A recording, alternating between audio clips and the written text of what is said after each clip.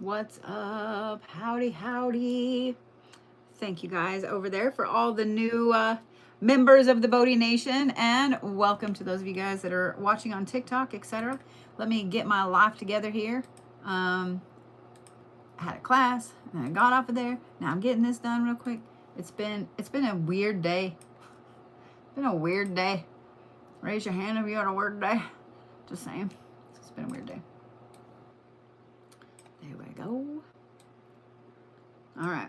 If you guys want to grab a ticket, there are some tickets available. These are a little bit different types of readings than I normally do. So if you guys have a question that you want to ask that you need a specific answer to, that's what these are for. Now, I will say this right off the bat. I do not do health readings, okay? So if you have a reading already and I haven't looked and it's something about your health, I will ask if there's a different question that you have, or I am just going to refund you because I do not do health readings, okay? That's too much. There's too many variables there, and I don't want to do it. I'm just saying. So Miss Verdena is first.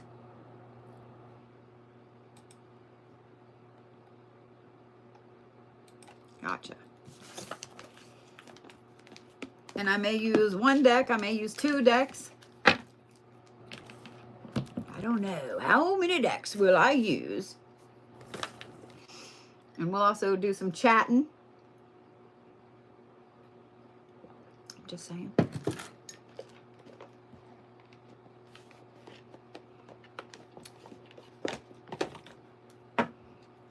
All right.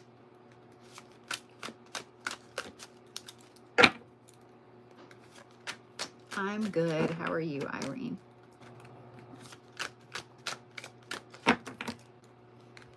So far, we're safe from the storms, yes. Definitely watching the weather, though. For those of you guys that are in the Midwest or really anywhere, I swear, just be weather mindful. This spring is going to be a little insane. I'm not going to lie. It's going to be a little insane. All right.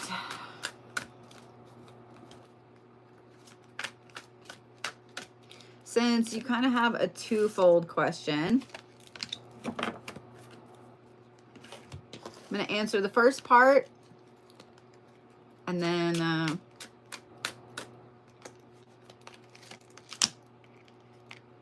really? Okay. All right, you ready? So you asked, and I am going to kind of read your questions. Let me say that. I'm not going to like completely read everything. But you asked about financial security. And this is the first card I drew is Deliverance, which is interesting. I haven't turned these other two cards over, so we're going to do those. Finding Love. Oh, I guess I could turn it over. And Rebirth. Interesting that there's Rebirth and Deliverance, which are pretty close to the same. When it comes to what the cards say, as far as financial security goes, I know, and correct me if I'm wrong, I think that she's here. Are you over here on YouTube? Didn't you just say the other day that you had to go down to an office to get, that you had to go down to an office to get something started to help you with this aspect? Or was I reading somebody else's? Was I reading a comment from somebody else? Yes. Okay, good. I thought it was, and I was like, let me ask first, because if it's not, I'm going to feel really stupid. I have a feeling that that's what a lot of this deliverance is. So deliverance is all about something kind of coming in to save you, okay? Deliverance is also interesting because it means an obliteration of things that have been holding you back. So if you think of it like a tornado, especially in Native American folklore, is a woman, and it is deliverance, basically. Even though it is destroying old things, it's paving the way for something new. I think that with this, with what you're waiting on, this is a deliverance to give you at least a bottom layer where, you know, okay, I know that this will be paid every month. I know that I will have this. Does that make sense? But I want to talk about these two right here. We're going to talk about finding love first and then rebirth. Even with being on any kind of set income, whether it's Social Security, VA, disability, anything like that, I know that there is a limit of like, you can make this much money above those things. Now, I'm not an attorney. Okay. I'm not an attorney. I'm not a financialist. I'm not an economic person. I'm not any of that. Okay. But I do know that there's a set amount that you can earn over, but you have to earn something under. You know what I mean? Like, let's say you can earn $1,500 extra a month on top of the $4,000 you get from the VA. This finding love card talks about after this deliverance happens, you finding the thing that really makes you happy. I get worn out when I do card readings, but I love them and they make me happy. They make me happy. They always have. There is something like that that hits you right here that you really just love to do. You just love to do it. So whenever somebody's like, hey, I need help with this, you're like, oh, yeah. I would start just kind of making yourself a little list, whether it's in your phone or in a notebook or whatever, of the shit that you absolutely love to do. And these can be big, big things. I love to travel. They can be little things like, I love to knit. You know what I mean? Like, start making a list of the things that you love to do, not just the things you like, well, I guess. No, the things that you're like, God, if I could do this every day, this would be fantastic. Start making that list. Because when this deliverance comes in, that's going to give you a little jolt to help you get started with a side hustle, I guess, in a way. Because when this deliverance comes in and you have that set every month that you know, all right, rent's paid, bills are paid, you know what I mean? Like, you know that all this stuff is paid. And now it's just, somebody's talking about me, my nose is itching. And now it's just a matter of, do you need extra income? Do you want extra income? If you have a month where you just don't feel good, you at least know everything is paid. Do you see what I'm saying? So the deliverance aspect of this makes me really, really happy. And to be honest, if I didn't know that you were going in for that appointment, I'd be like, what's up? Why is this a thing? The one thing that I absolutely love about technology and about the world that we live in today is that anybody can start a business at any time doing anything. You can. I have always been an entrepreneur. Don't get me wrong. I've had big girl jobs where I went to work and I had actual insurance and shit like that. I've always, you know, well, not always, but I've had things like that. But pretty much from the time that Brody was born, from the time I was 21, I have worked for myself in some capacity. That's how I know that if I can build a business, if I can do things, 100% you can too. I will always, always encourage everybody to do their own thing, to start their business. Even if you got to start as a little side hustle and work your way up to the big thing, I will always encourage that. And that's kind of what I'm encouraging here, because the finding love followed by the rebirth. The other thing too about finding something that you absolutely love to do is that it can make you excited to do that thing. Like tonight, I haven't done anything like this. Sometimes I do the like, what do you need to know? But these are like consultations with the cards and so on. So I haven't done these in literally probably 3 years. Like that's how long it's been. So I got excited when I'm doing these tonight because I'm like, I haven't done these in so long. when you find something that really, really makes you happy, when you find something that you absolutely love to do and you could do it till your eyeballs fall out, that's a massive rebirth right there. It's a massive rebirth. So I think that the key is it's two-sided. One, you've already taken the steps for this deliverance to come in. And two, the next step is to find the thing that you love to do. I love that you said you have a lot of creative hobbies.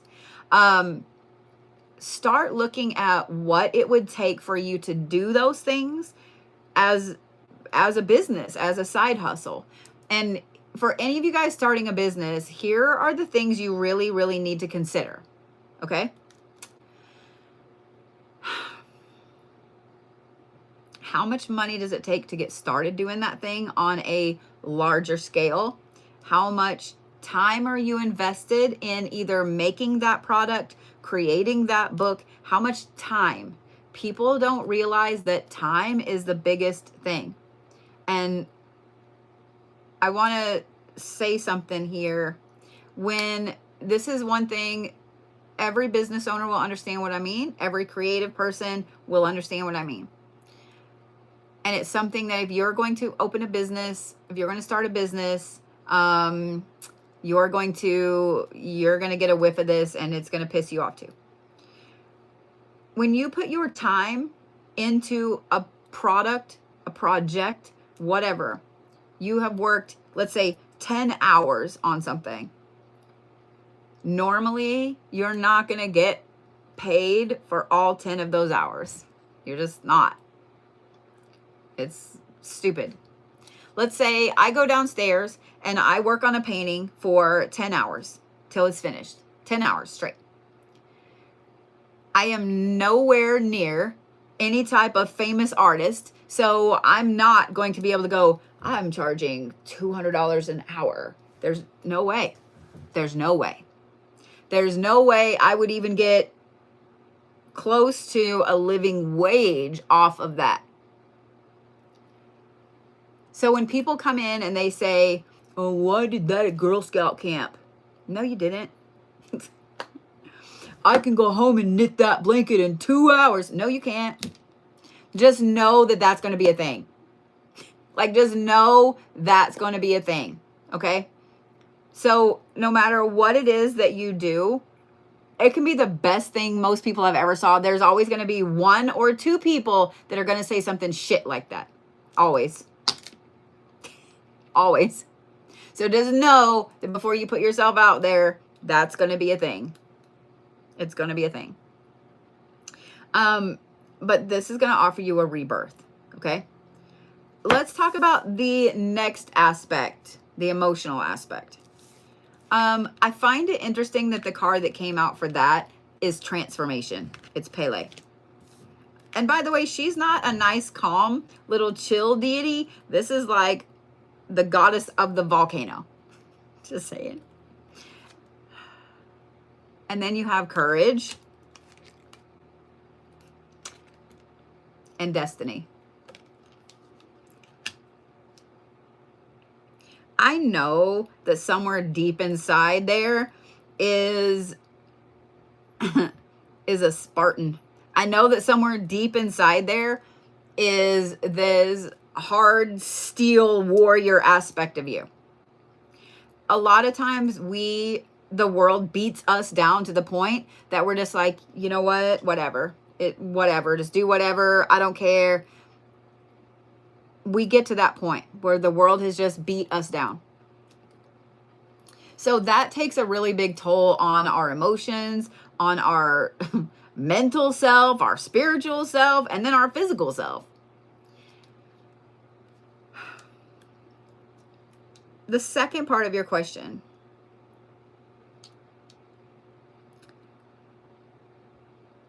It's not in your destiny for you to just sit and be walked over. But it's also that you need to make the choice of when you want to go through this transformation. I have a feeling, I love that you asked these two together because they are intertwined. I think once this deliverance aspect happens, this will give you the boost and the courage that you need to have the transformation. You're not someone who's destined to just be a homebody on the couch. You're not someone who's destined to just be quiet and fade away. Like, you're destined to be more like this. You're destined to have this fiery personality and be outgoing and be emotionally tough and emotionally strong. But sometimes when we feel like other parts of our life aren't going as well, then we don't really feel emotionally strong. We might feel like, well, you know, I barely squeaked by paying my bills this month. And, you know, so you don't feel like, oh, I'm doing the thing. So I think that you having this deliverance will also kind of automatically bring the other aspect in too. But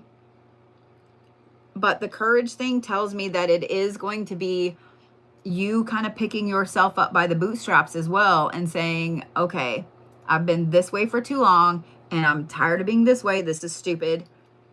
I'm going to be this.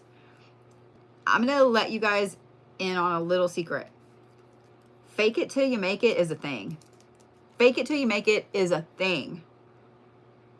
If you guys don't think that I still get nervous when I go up and I'm talking to a ton of people, I do. If you think that I still don't get nervous when I'm literally talking one-on-one to somebody, I do. If you don't think that I'm like, is there shit in my teeth? Do I got a booger? Like, if you don't, well, my Oklahoman came out, do I got a booger? If you don't think that I still get nervous about stuff like that, I do. But you know what? I joke that I play Bodhi, but better when I'm on a live, when I'm talking to people. And that's kind of what you need to channel. You need to be you, but you. Okay? Does that make sense? Yeah? Yeah? I hope that, I'm glad. So that makes so much sense. And besides, because I've met you in person, and you're not some little like, well, I mean, you literally came up and you're like, blah, blah, blah, blah, blah, blah, blah. So I think that you don't give yourself enough credit. I think that you don't give yourself enough credit. I'm just saying. I'm just saying.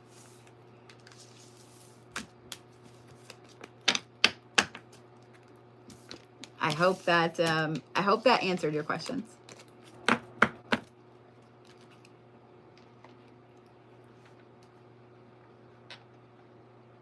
feel like it's really quiet in here. Miss Kathy Mazzell is next. What's up, Miss Kathy Mazzell?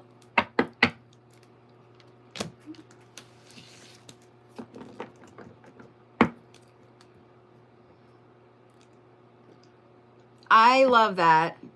Lee said, that sounds like me. I love being me, Lee, but I also love being me. See? That's exactly it.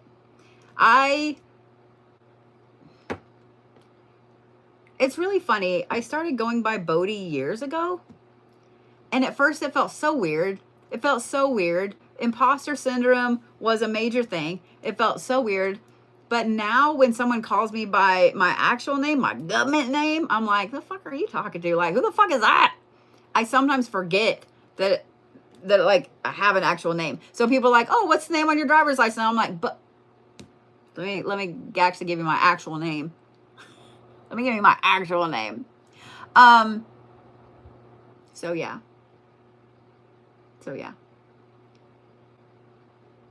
I promise you can do it. I promise you can do it.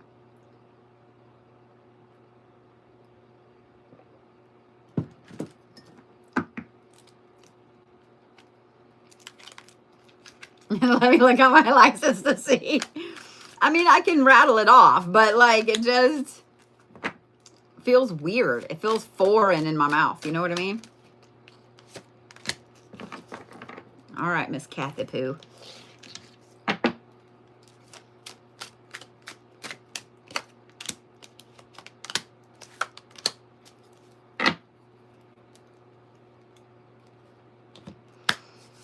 I'm looking to see where Kathy's at over here.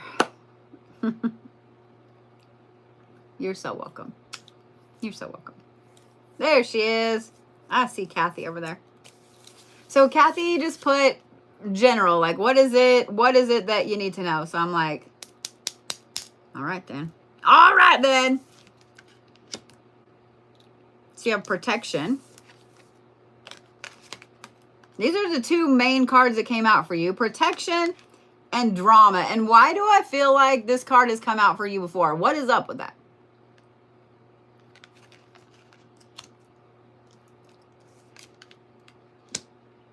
Banish a curse. Overcome fear.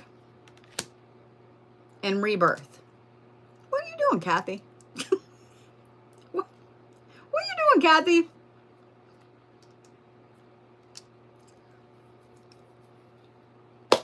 So when I laid these out, protection came out first. I put drama up here. Of course, I turned them over. I didn't know that's what they were. And then the rebirth card came out and I put it up here by drama. Banish a curse and overcome fear is down here by protection. I know just because I've read for you forever and 10 years. I feel like I know a lot about your family, a lot about the things you've gone through. Like I've done a few mediumship readings. Like I've met all your peoples. I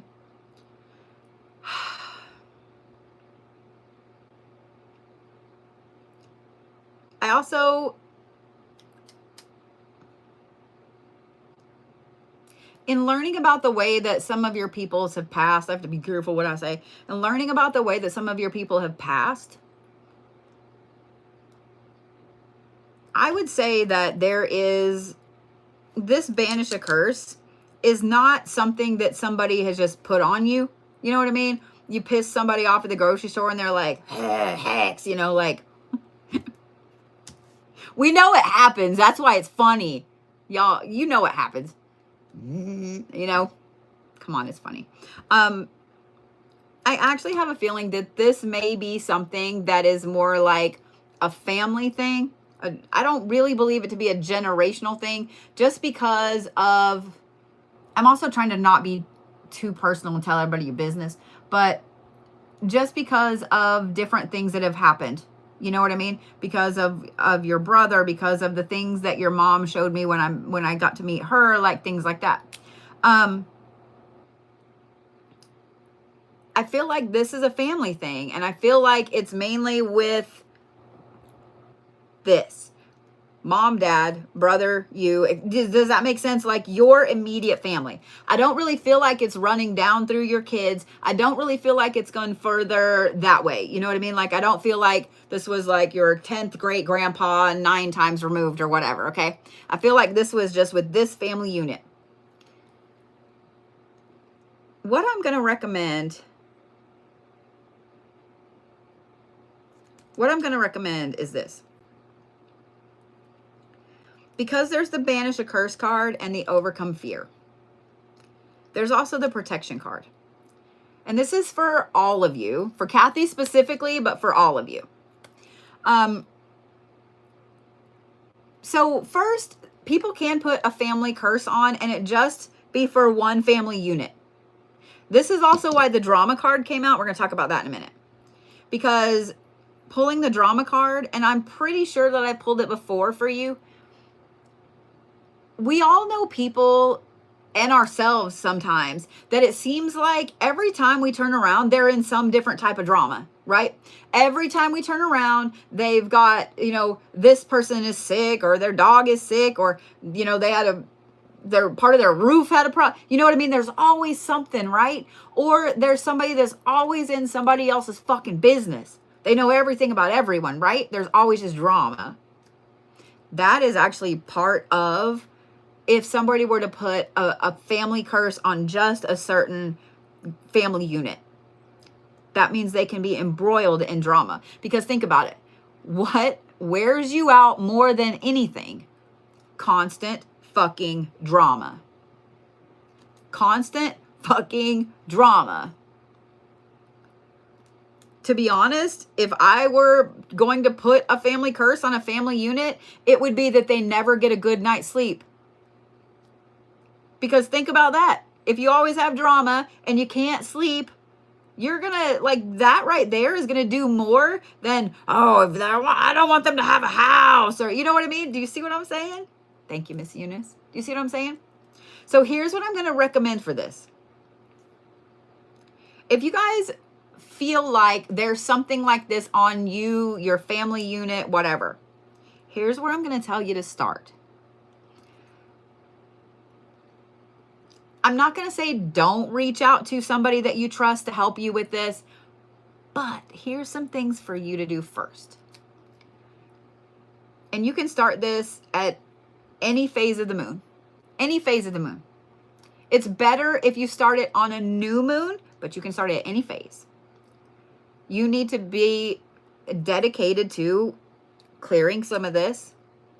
And you need to make a plan for that full moon phase. So let's say, okay, so this coming weekend on the 4th is the quarter moon. Quarter moon to quarter moon. That's what you're going to do. Okay? Quarter moon to quarter moon. That's a full moon cycle. New moon to new moon. Full moon to full moon. That's a full moon cycle. Okay? You need to be dedicated that every single day there's a certain thing that you need to do. And you need to do a cleansing ritual every single fucking day. I'm going to highly recommend that this be some kind of like physical cleansing ritual. If there's other people in your house, you need to, and sometimes I know that kids don't want to do shit. They're like, I don't want to do that stupid shit, Mom. You literally can add something into their body wash, their conditioner. I'm just saying, it only takes like a drop or two of oil. Won't hurt anything, but it'll help. Put some herbs in their bathroom. Like, do you see what I'm saying? There are things you can do. But a cleansing ritual can literally be you standing in the shower, and as the soap is running down the drain, you stare at that soap and you watch it until the water runs clear. As all those soap bubbles are running down the drain and as that water is running clear, that right there is symbolic of things washing off of you. Drink a lot of water with lime in it. I know y'all hear me talk about this, and I'll talk about it, and then I won't talk about it. I'll talk about it, and I won't talk about it. Water with lime. Yes, it has to be lime. Lime is for spiritual purification. By drinking it, it's going to help you clear all of that shit out. Okay? You also can add chia seeds in there. They will help as well. The other thing I'm going to recommend is throughout this moon phase, at least once a week, you need to clean your floors. Vacuum, dust, mop, whatever. I know it sucks. I don't like to do it either. But cleansing your floors is symbolic of the grounding aspect of your home, of your space, etc.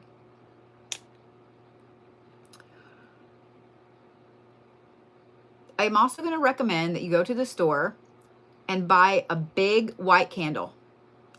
If you can only find the vigil candles, then get like 2 of them, because usually you can burn that a little bit every day and they're still going to last a couple of weeks, but you need to make sure it lasts at least a month, moon phase to moon phase.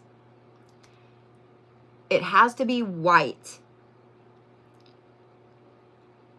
You can burn a white birthday candle every day if you want to. Like, you don't have to spend a lot of money. If you're like, dude, I got a pack of like 45 white birthday candles, use those bitches. Use those bitches.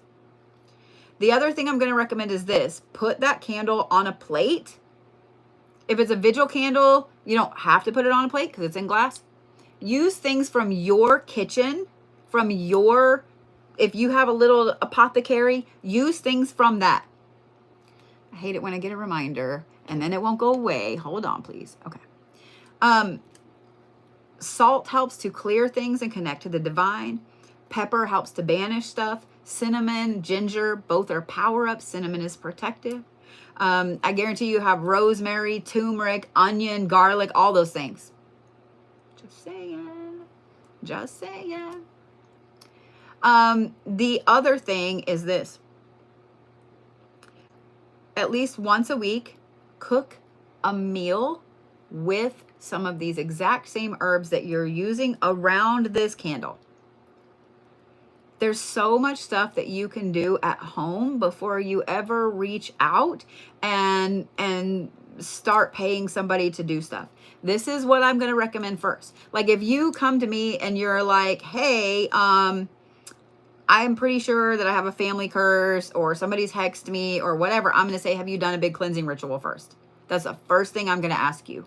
Did you do a cleansing ritual? And not just, well, I lit a white candle. That's not a cleansing ritual. That's not a cleansing ritual. So, Kathy, that's what I'm going to recommend you do.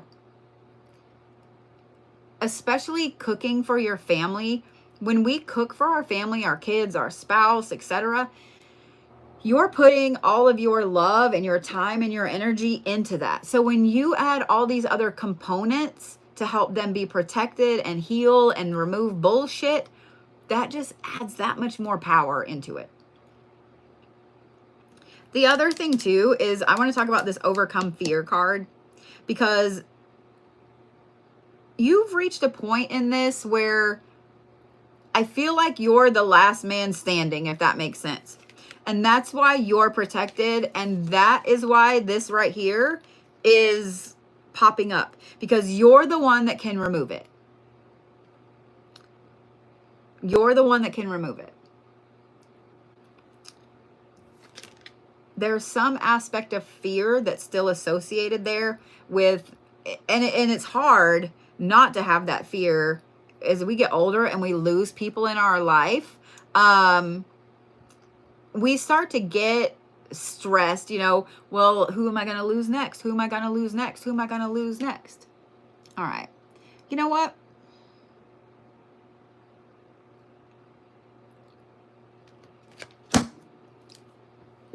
Let me pause here. Some of y'all are being rude as fuck. I just want you to know. Some of y'all are being rude as fuck. Read the room before you say anything. If you come in and you immediately start demanding that I answer a question, mods, mute that person. If they ask more than one time, if they cannot get it through their skull that I'm doing a reading for somebody, and they continue to ask the same fucking question over and over, mute. Period. Mute. If you come in and you're having technology problems, that is not a me issue. I'm sorry. But if you want to come in and you want to say a bunch of shit and cause problems where the person that has paid me to do a service for them, has paid me to do a reading for them, I can't even see their comments because you're continually saying dumbass shit, mute. Kathy has been a follower of mine probably as long as I've been on TikTok. Kathy has been an amazing supporter of mine. Kathy has always, she watches every fucking live. She's always here. And she's entitled to hear everything I say. And I'm entitled to see everything that she's saying to me. And I know you guys do this to other readers because I go through and I watch.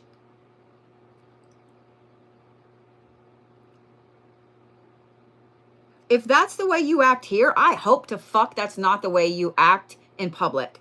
I hope that you don't go into a doctor's office and while they're trying to explain to you why you're sick, you're like, well, what about this? And what about this? And what about this? And what about this? And what about this? What about this? What about this? What about this? Is that what you do? I'm sorry that nobody popped you in the mouth enough when you were younger. Jesus. Kathy, I'm sorry that I had to pause, but I couldn't see because someone was spamming issues.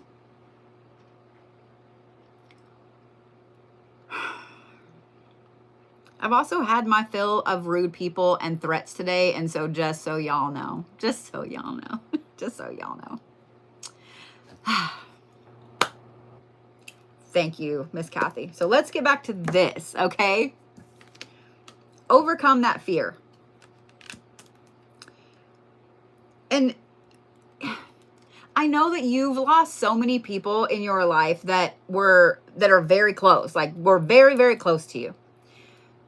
When we lose when we lose a sibling, there's that intense fear there. Like, who else are we going to lose? You know, like, who else are we going to lose? Especially when we know as we get older, we're going to lose our parents. We know as we get older, there's a chance when we're in our 80s, we're going to lose our siblings or whatever. But when you're in your 30s, you don't expect to lose a sibling. When you're in your 20s, you don't expect to lose a parent. Do you know what I'm saying? So that really affects you in a deep way, and it puts this fear in there. And so what I think has happened is there's some aspect with the family unit that has had this stupid ass little and it's been a piddly curse, but still a curse.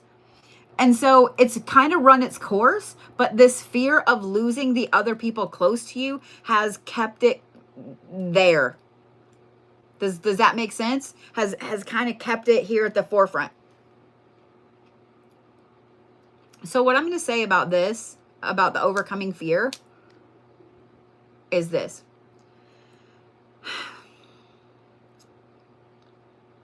Nobody's going to be around forever. Nobody's going to be around forever. Not you, not me, not my dog, not the gentleman that lives down the street with the 2 cute little kids. Nobody's going to be here forever. Like, that's the only thing that you are absolutely guaranteed in life, is that you're not here forever. Like, it's the only thing you're guaranteed. And if you have been watching me for any length of time, or you have been watching another medium for any length of time, then you know that just because someone is not physically still here in their meat sack doesn't mean they're not still here.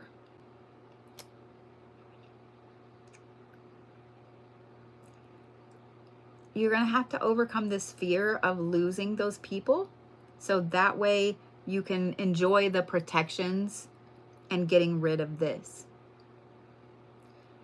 To be honest, I really don't think that this is something that you need to hire somebody to do for you. I really don't. I think that kind of doing a full moon cycle cleansing ritual will literally clear out what's left of it. If it doesn't, please reach out, like, you know. But I really think that that's where I would start with this. With the drama, I think that you doing this cleansing ritual, there needs to be a little added layer in there. Anytime someone brings drama into your house, across your doorstep, nope.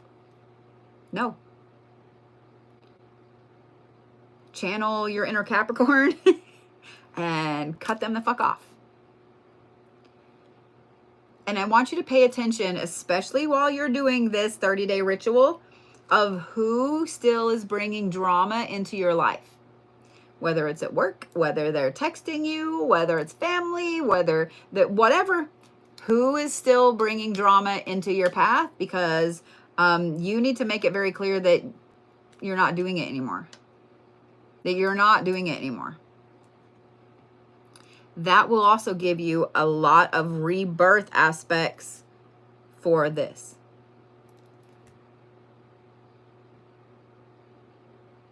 Does that make sense? Thank you, Miss Eunice. I hope that made sense, Miss Kathy.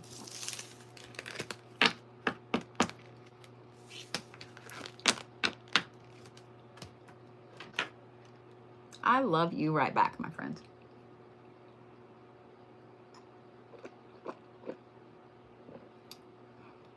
The reason I keep messing with my tooth is that I have these crackers. Thank you, Miss Kathy. And they're like poppy seed crackers, and they're fantastically delicious. But those fucking poppy seeds get stuck everywhere. And that I don't like. But it is what it is. But I'm still gonna eat them because they're good. Still gonna do it. Watch me do it.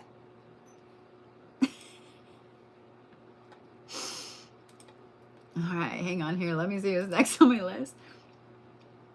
I would really like for this thing to work correctly. Like, I really would. It would be great. Kelly C, you are next.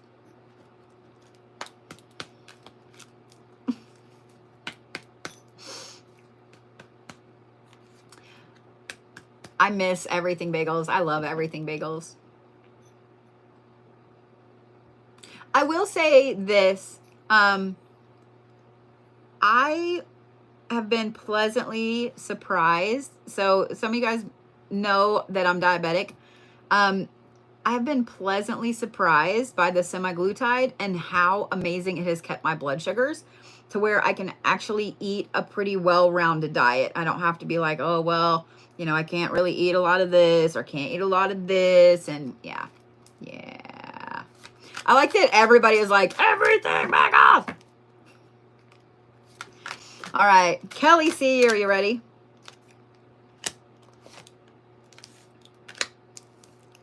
That was interesting. I had a card come out and I was about to pull the card out and another card decided it was going to interrupt and be on top.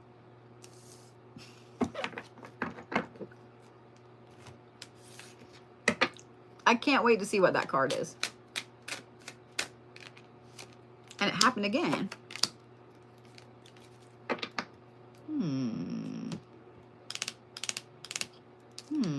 All right. So you have creation, change, and financial security. And now let's see the interrupting cards.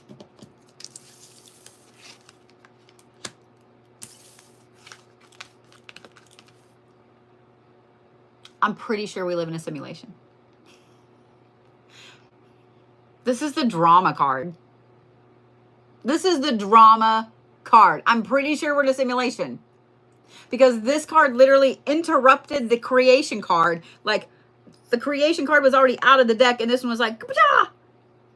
Like, you can't make this shit up. And then you have safe travel.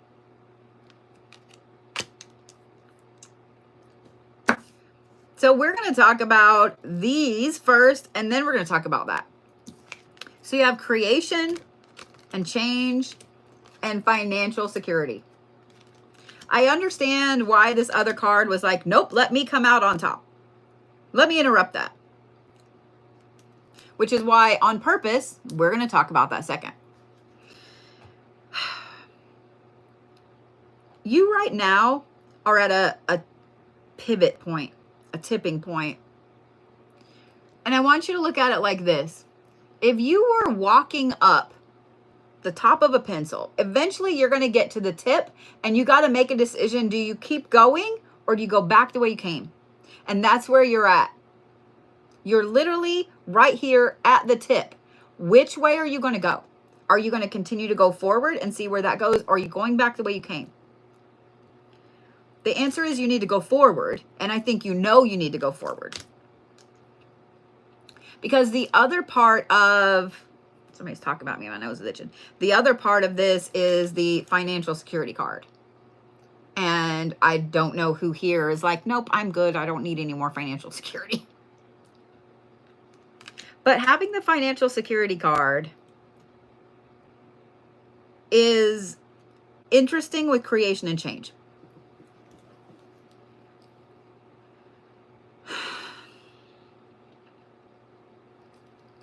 The reason I said that you're at a pivotal point is because you have to make the decision if you're going to move forward, if you're going to continue to go, or if you're just going to kind of stay there on this balance. I feel like you've been on this balance for a long time. Now, with moving forward, and I feel like everyone needs to hear this because it has come up 3 times today. When you're ready to take a step forward, when you're ready to move toward your goals, when you're ready to change, when you're ready to no longer be that person over there, you want to be this person over here that is financially secure, that's happy, that's healthy, that you want to be that person, right? You don't want to be drama filled, broke, whatever person over here. It takes courage to take that step. You have to be ready to let things go so you can take that step.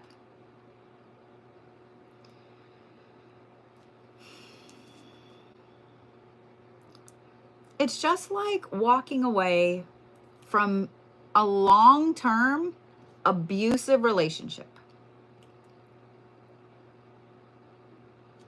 You know that the relationship is toxic. You know that if you stay, you're going to continue to be stressed out. Your shit's going to get broken. You're going to have problems. You know what I mean? Like, you already know the problems with it. And you don't want to be there anymore. But you don't know what you're walking into either. So you decide to stay because it's more comfortable to be back here. I'm going to tell you right now, having that courage to just take that first step is the worst part. That is the worst part. Saying to yourself, you know what? I want something more and I'm willing to work for it. And actually taking a step out of that comfort zone is the worst part. It's the worst part. Just making the decision and pulling the trigger on moving, on quitting your job, on what every one of you knows what I'm saying. On creating what it is that you want and where you want to go. That is the part that is going to give you the most anxiety. It's going to stress you out the most because you're like, but what if I don't get this promotion and I don't have as much money and I have to move? Like, fine. Let me tell you a little story. Once upon a time, there was this little girl who was in a really bad relationship. She knew it was a bad relationship, but she stayed for the kids. She stayed for the financial security. She stayed for the house that she loved. She stayed for whatever reason. One day, she got the realization that if she did not leave, that she would end up no longer being alive. And it still was really, really hard to take that first step. But once she made the decision that I need to go, everything got easier. And when she moved out, she didn't have a 4,000 square foot house. She didn't have a whole bunch of furniture. She didn't have a whole bunch of extra income to go out to eat all the time. And she had to pick up 2 other jobs. She had to work 3 jobs.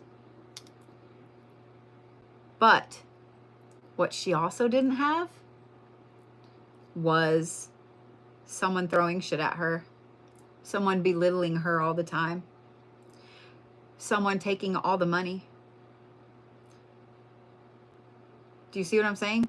She didn't have all of that stress. What she also got was a full night's sleep. A shower where no one bothered her. A shower where she actually could finish her shower without worrying about the water getting turned off. I want you to really think about that.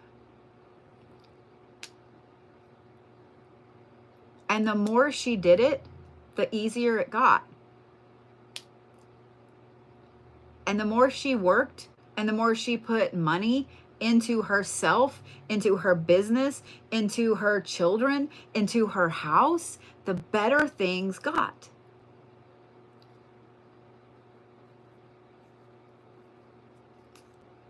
Sometimes you have to walk away from the pretend security that you've been accustomed to so you can find actual security, so you can find your self-worth, so you can find your creation and your change.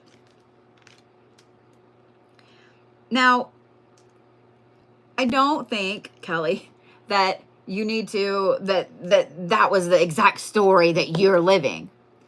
But I told you that because sometimes just having the courage to take that first step, we will put off taking that first step because we already know all of the issues with this over here. So, you know, we don't really want to leave that. You see what I'm saying? But that's also not going to get you to this financial security. And this is when I want to bring this card up.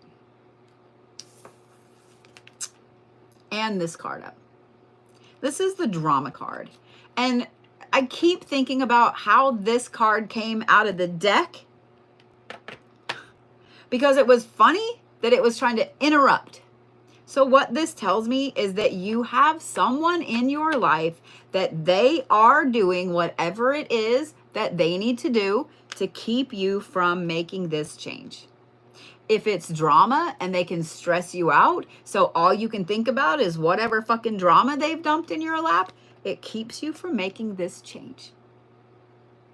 If it's always a health issue, and so you're afraid that if you make this change, you won't be there for them all the time, then that's what they're going to do. Whoever this is, they are always keeping you in drama so you don't see anything else. But that's where this comes in. This is the safe travels card. You are meant to move forward. You're meant to take that first step. You are meant to make that change. And you are meant to have that financial security. You are meant to be a bigger, more awesome, better, badder version of Kelly than you have ever thought could be a thing.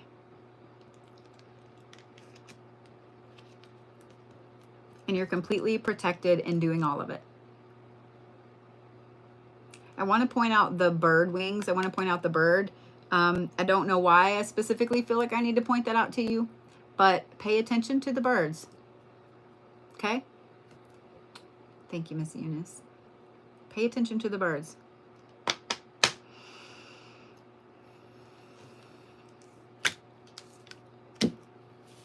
Does that make sense, Kelly?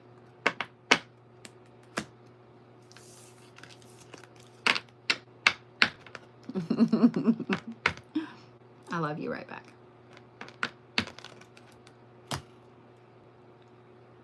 Good. I'm glad. I'm glad.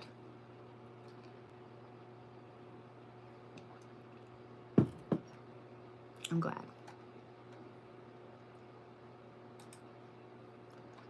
You guys know that I usually don't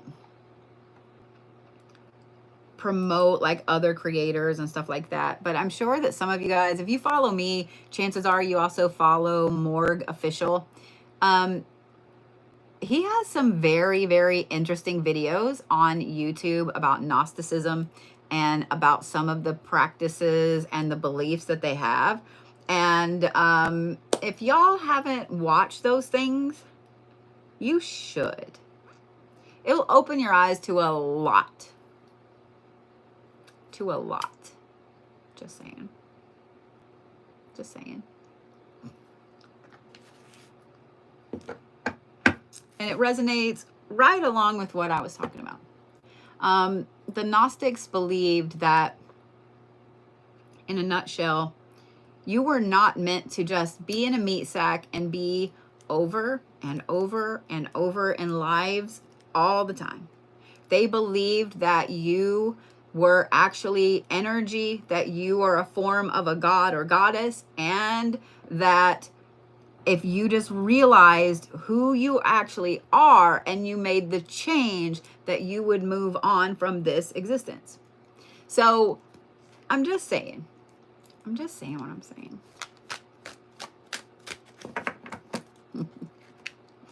All right, Miss Jeannie.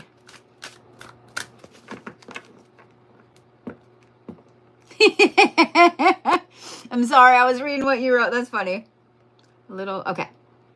What's gonna blow up? You got it. Okay.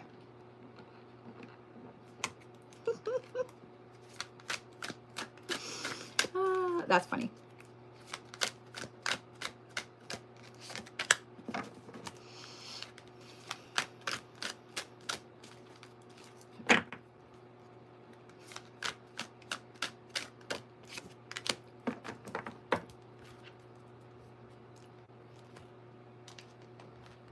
I feel like it's too quiet here.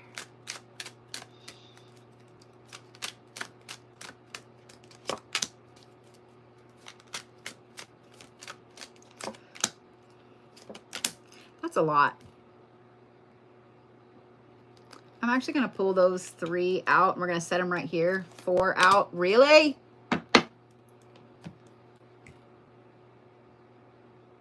Okay. I had to process all the cards there. Hang on. So I'm going to kind of read a little bit of this so you guys know what I'm doing this reading for her.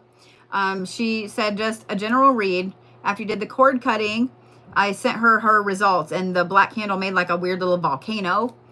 So there's something that's fixing to shift and change. So she's just wanting a little more info of what's about to happen. You know what I mean? So that's what we gotta talk about.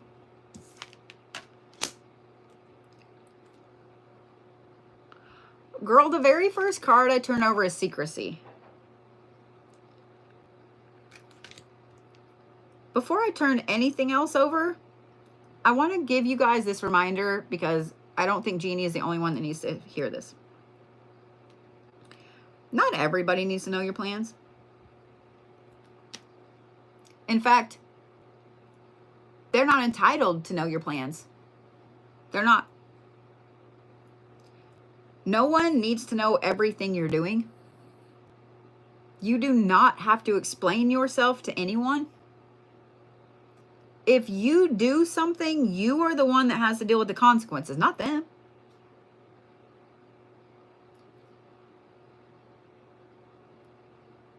Bitches be bitches. I just want you guys to remember that. That's been a phrase over the last few years that has really, I say a lot, unfortunately. People will 100% steal your ideas the minute you put it out there. 100%. They will steal an idea in a heartbeat. They'll fall flat on their face, usually because it's funny, but they will steal your idea in a heartbeat because they do not have the creativity or the want to create their own thing. So, Jeannie, no one needs to know about this. No one needs to know about what you're planning to do, no one needs to know. You need to operate in secrecy. And here's the thing. This is what I want to point out to all of you guys, whether you're on YouTube or TikTok watching me. By the way, if you guys are on TikTok and you don't follow me on YouTube, why? And if you're on YouTube and you don't follow me on TikTok, why? I'm just saying. Start cutting people off from the information about your life. Now, a spouse is different because what you do does affect them and vice versa, okay? But just start pulling back on the information that you give out to people. And watch who gets mad. Watch who gets irritated. Watch who gets frustrated. Watch who suddenly is like, well, you used to tell me everything. Uh-huh. And here's the thing you need to tell them. When they start to get mad, all you got to do is say this. Well, I'm just still working out all the details. And so I don't want to burden people with, something that might not happen.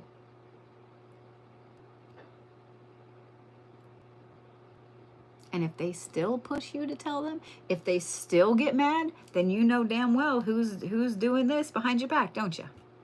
You know damn well who's stealing your ideas. You know damn well who's trying to cause problems. I'm going to turn these 3 cards over and then this other anchor card because that's what my gut says. Resilience, eternal charisma, and good fortune. Are you fixing to start a business?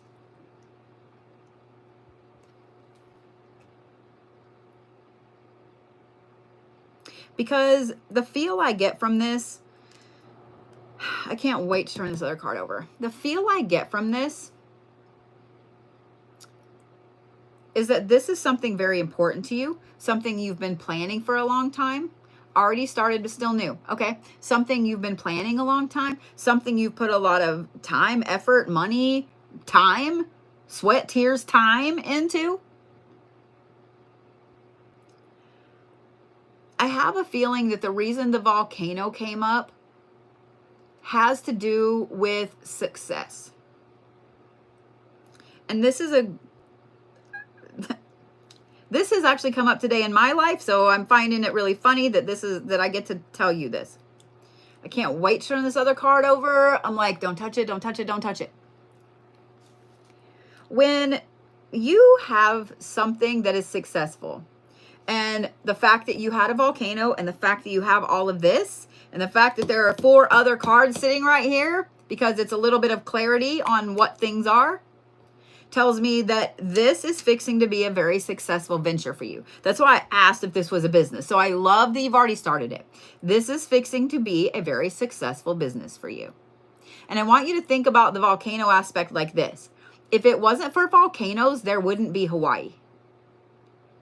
If it wasn't for volcanoes, there wouldn't be islands. There wouldn't be Tahiti and Bora Bora. There wouldn't be all of the beautiful, lush islands that we love to go visit, that we love to look at pictures of. There would not be those places. Okay? When you have success and you start becoming something more than who you were, there are going to be people that try to come running in that you have not spoken to in years and want to either ride your coattails or get something from you. There are going to be people that assume because maybe you've had mild success on social media that you are now a millionaire. You got 200,000 views on a video. You must be a millionaire. Bitch, they paid me 11 cents. No, excuse me, $2.11. There are going to be people that assume because you own a business that you have money. And the eternal charisma part, the resilience comes in with having to walk away from those types of toxic people. The eternal charisma comes in with being able to hold your head up high when other business owners fuck you over. Hold your head up high when an employee fucks you over. Because guess who's the one that has to deal with it? You are. By being professional and by continuing to make things better and move forward, that's where the good fortune comes in. When a business has success, there are always people that are going to try to come in and undermine that success. Always. It doesn't matter what business you're in, what industry you're in. Bitches be bitches.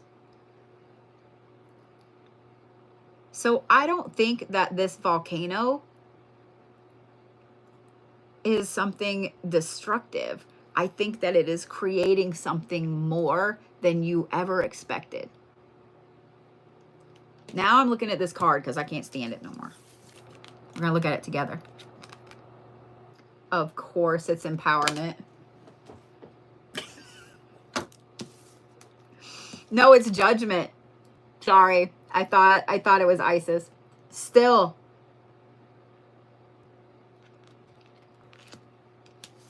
And we're going to look at these because this is 4 cards because I was like, I'm going to need clarity about what this is about. Karmic justice.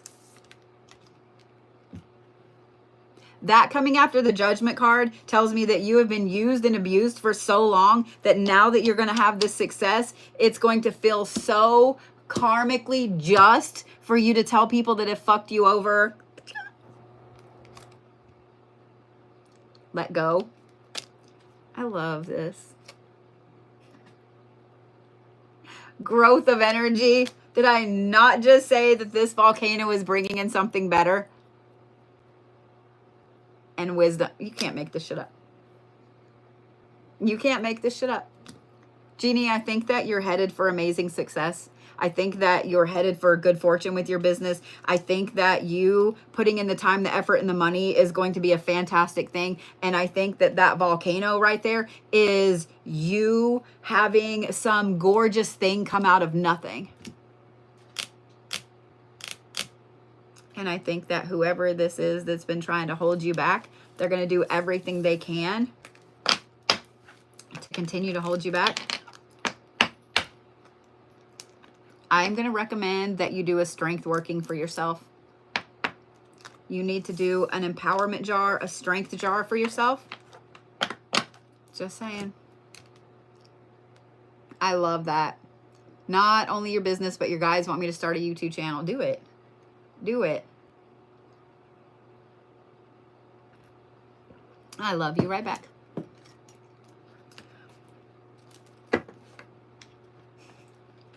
So I don't think for 1 minute that that volcano is going to destroy things in your life. I think that it's making you your gorgeous paradise. So I hope that helped. I hope that helped explain away the volcano.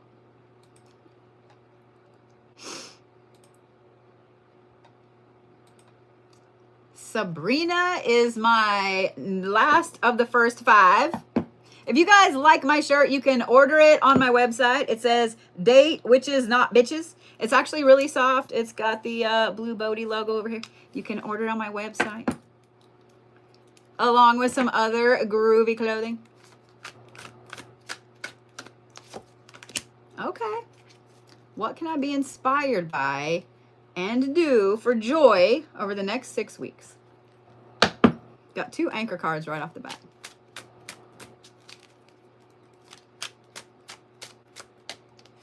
Thank you, Agnes.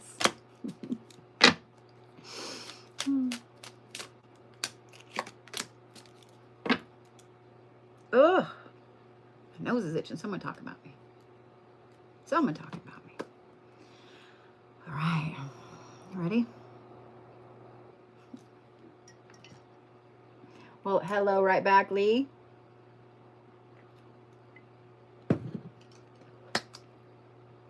You haven't heard Agnes in a long time? What's up, Block Mamba? How are you? Every time I hear Agnes, I think Agatha. I know it's not the same, but every time I hear that, I think I don't know. So I'm going to have to rewatch Agatha all along. I'm not going to lie. I'm not going to lie. Ready, Sabrina? I know you are. I don't know why I'm asking. Endurance and redemption. Interesting. The other interesting thing too is that this is a Celtic deity, and this one they believe came from a Celtic deity. I see you, Sabrina. Endurance and redemption.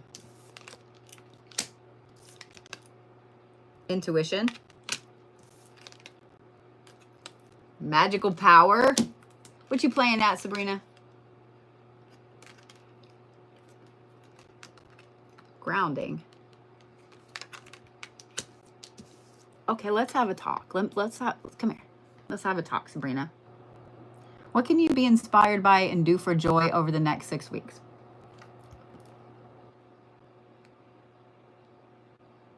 Be a magical motherfucker. That's what you can do for joy. That's what you can do for joy. Girl. On YouTube, you're going to find, okay, let me turn you guys on to one of my favorite YouTubers. There is a channel called Esoterica. I never can say it right. Dr. Justin Sledge. I love him. When I take hot baths and I'm sitting there being lazy, I'm watching one of his damn videos. I know Scarly's on here somewhere. Scarly, can you pin his thing? Girl, Sabrina, you need to go fall down this rabbit hole for free, okay? I'm also going to give you some books. He talks a lot about Solomonic magic, about ritual magic, about all kinds of forgotten symbols and sigils, all of the things that are going to boost your magical powers, boost your intuition, help you ground, help you have more endurance when it comes to your magic, help you have this redemption that I feel like you really need. But I don't feel like that you need this redemption because of someone else. I feel like you need it for you. Does that make sense? You need it for you. And then here's the other things I'm going to recommend. So why just 6 weeks? First of all, I want to know, why just 6 weeks? Are you going through like healing from surgery or something? Why just 6 weeks? I love that there's a time on it. I love that there's a time on it. And you're like, I got 6 weeks, bitch. What can I do? Just saying. Thank you for that first gift there, Sabrina. DJ, excuse me. No reason. Okay. Well, first of all, I love that you put 6 weeks in there because that is right after the summer solstice. Literally right at the summer solstice, right before. So that's a good time to be a magical motherfucker. I'm just saying.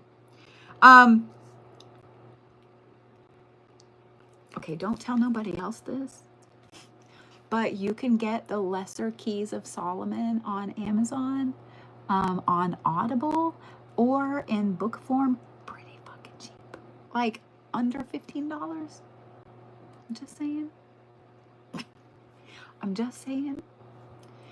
Now, I will say this. Solomonic magic is very interesting. It's very ritualistic. And it does take a lot of time and energy and so on. But just starting to utilize it, you will feel like the most magical motherfucker that ever existed. I'm not going to lie. I'm going to recommend some other books. Okay. There is a book called The Ars Vercanis. If you guys have watched me for any length of time, then you have heard me talk about this. The Ars Vercanis is more of like an advanced study. So if you're moving from beginner to advanced, thank you, Mama Christy. If you're moving from beginner to advanced, like say you feel like the beginner aspect, you've read 15 million books, like you feel like it's just regurgitating the same shit. And you're like, I want to do some shit. Like, how do I be more magical? Start with the Ars Vercanis. Okay. So the Ars Vercanis was written by 2 authors, and they took a lot of demotic, not demonic, demotic, Demotic magic practices. So demotic is ancient Greek and ancient Egyptian together. This is actually the language that allowed them in the Rosetta Stone to start translating ancient Egyptian. They knew the Greek, they didn't know the Egyptian, but they were able to look at the demotic language in the middle and go, oh, okay, this is how the Rosetta Stone became a thing. The magical papyri were originally written in Demotic, which is a magical language, basically. They're on Amazon. They're on YouTube. They're on Audible. Those are phenomenal to start with, especially if you are wanting to go more into ritualistic magic, into day-to-day rituals and so on. I'm just saying. But the Ars Vercanis, I don't know if I have mine right here or not. Hold please. I did. All right, well. Shit. It's a fantastic book. There are a lot of symbols, of sigils. Y'all have seen me draw a few.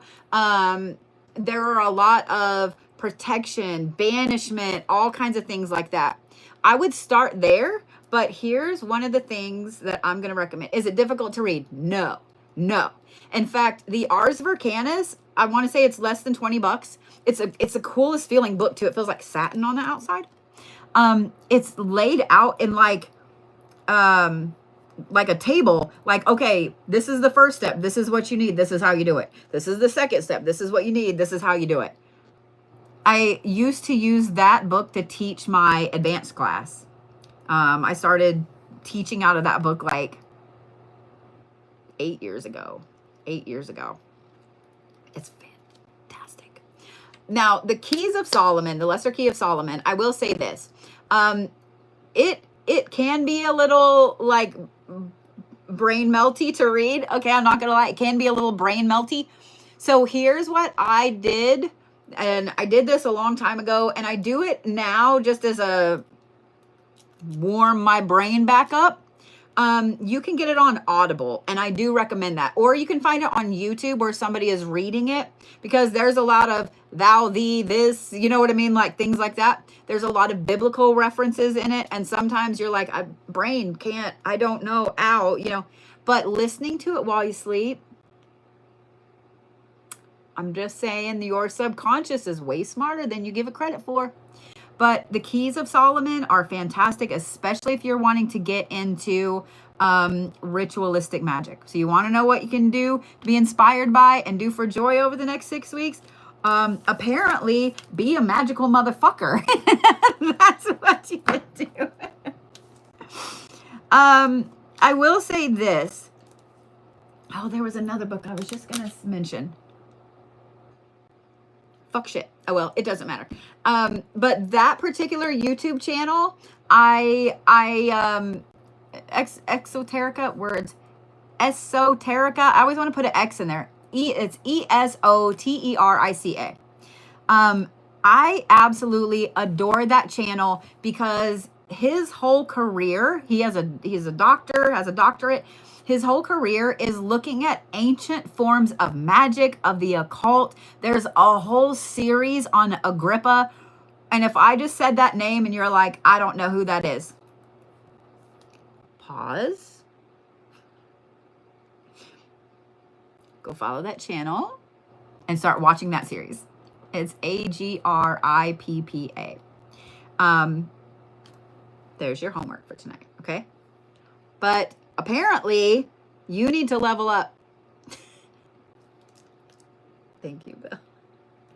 Apparently, you need to level up. And what I find really interesting, the endurance and the redemption. I want to touch on this really quick for you and for other people listening.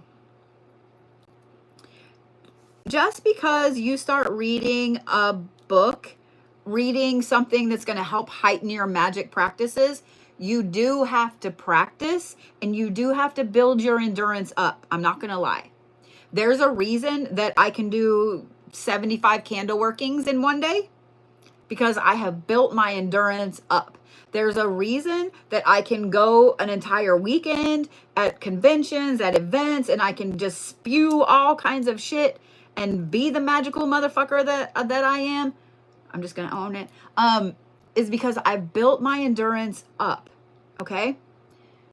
When you're starting to do more ritualistic magic, when you're starting to really go beyond just spell jars and candle workings. Now, those are my two favorite things, so please don't think I'm shitting on them. I love candle work, okay?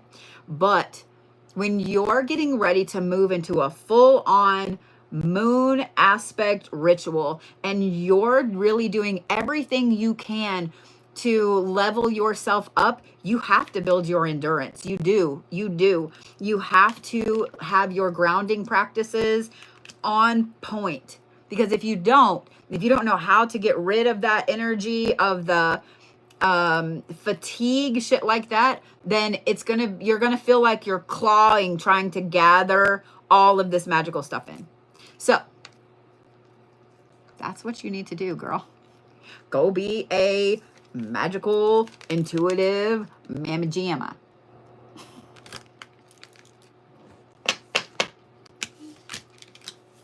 I'm just saying. You asked. But like I said, I was like, why 6 weeks? Like that literally puts you right before the solstice. Hello in Australia. I'm just saying. Who needs to be redeemed? Apparently you. I don't think it's anything like you did something bad, Sabrina, and you need to be redeemed. I don't think it's that. There's a lot of times that, hey, in Wales, I don't think that it has anything at all to do with you.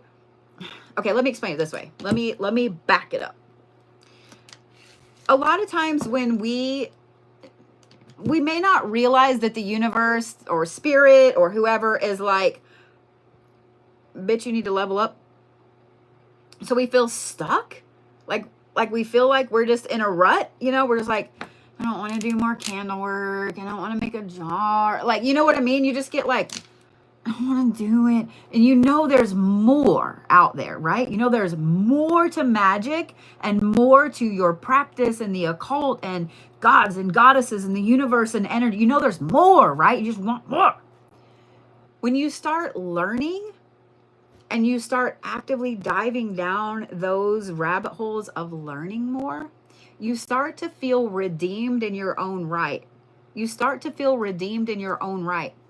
Because when you get in a rut, you beat yourself up. Like, I know I can get out of this. So you try grounding yourself more or connecting with the other element. Like you start doing all of these things, right? And nothing's really working. And that first time that you wake up in the morning after you've had a day of reading and learning and listening and your whole brain's like doing the melty shit, right? The first day you wake up after that, and you just feel powerful, there is such an intense redemption in that you can't fake it and you can't make it up.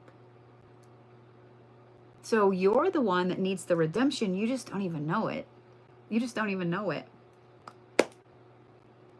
I'm just saying.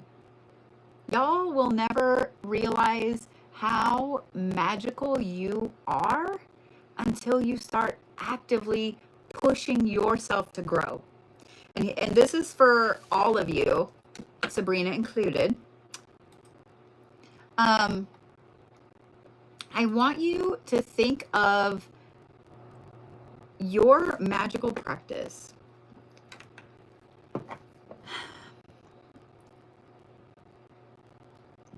like seasons. We all have like summer clothes. We all have winter clothes. Thank you, Zen. We all have heavy coats and medium coats and jackets. You know what I mean? And every year when the seasons change, you can't really, I mean, maybe some people can, I can't, but you can't really go out and just, you know what? I don't want to wear any of those spring clothes. I'm going to buy all new things. It's not the way it works. Like we're like, yeah, that shirt's kind of torn and, you know, can't really fit in it anymore, so I'm going to give that away, and you go buy a couple other shirts, right? And so when you're wearing these couple of other shirts with your favorite jeans or your favorite shorts or your favorite skirt, and you feel like a powerful bitch because you have on this great skirt and this really cute top, and you just feel powerful, right? You feel redeemed. You feel like spring is great and you're happy about it. That's how it feels when you're leveling your magic up. That's how it feels when you're learning stuff. When you first started, when you first got into whatever it was that got you into magic, whether it was crystals, the gateway drug to the occult. No, I'm just kidding. Somebody's going to use that in the wrong way. Okay. Whether it's crystals, whether it's candles, whether it's jars, whether you saw someone on here doing something cool, whatever it is. How excited were you? How excited were you when you first found paganism, witchcraft, heathenism, magic? When you first found that? Just like when you were a kid and you saw a movie that had like fairies or unicorns or whatever. How excited were you? How excited were you when you realized that there were people that practiced the very things that you'd only seen in movies? When you realized that the fantastical things you saw in movies were based on real shit that you could learn. How excited were you? How excited were you when you were like, I'm going to learn every herb and every crystal and all the cards, and you were like, I'm learning all the shit, right? So you got 90 card decks, you bought way too many crystals, you have tons of herbs, you have every color candle, you have, right? And then you kind of got to the point where you felt like you had mastered the majority of that. And now you don't feel as magical because it becomes mundane and you don't want to do it because I don't want to do another candle. I know it's a full moon and I don't want to make moon water. And, right? Get excited again. Get excited again. There's so much more for you to learn. You have built a great foundation and you have built a great practice and you have built your knowledge that your soul needed to have. Now you have the first floor, go build the second floor.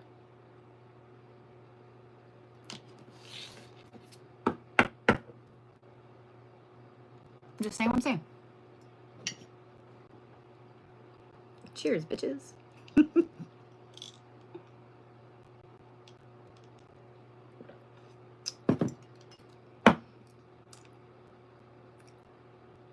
If you really, really needed to hear that message, you should thank Sabrina. I'm just saying. Jacob is next. Just saying. I love that the native animal of Scotland is a unicorn. I do. It makes me want to move to Scotland. Plus, I'm going to say it wrong. Is the beautiful tapestry that they now have one to represent witchcraft. Love it. It makes me want to move to Scotland. But I don't know how I take all my shit with me, and I have a lot of shit.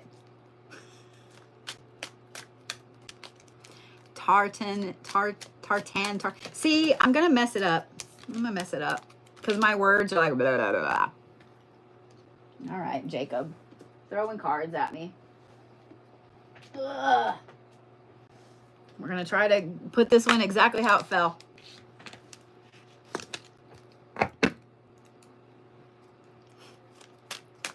It's funny. I can see the word in my brain. So when I was a kid, like I knew how to read before I got to kindergarten. I've always had a firm grasp on like words and reading. In my head, I can read the word and be like, oh, that's blah, blah, blah. Here, no ma'am. No ma'am. This is why I've always been a fantastic writer. Because when it comes out here,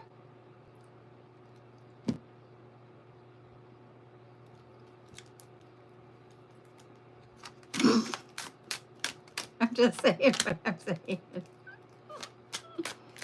See, I knew I was going to pronounce it wrong. Thank you, Anna.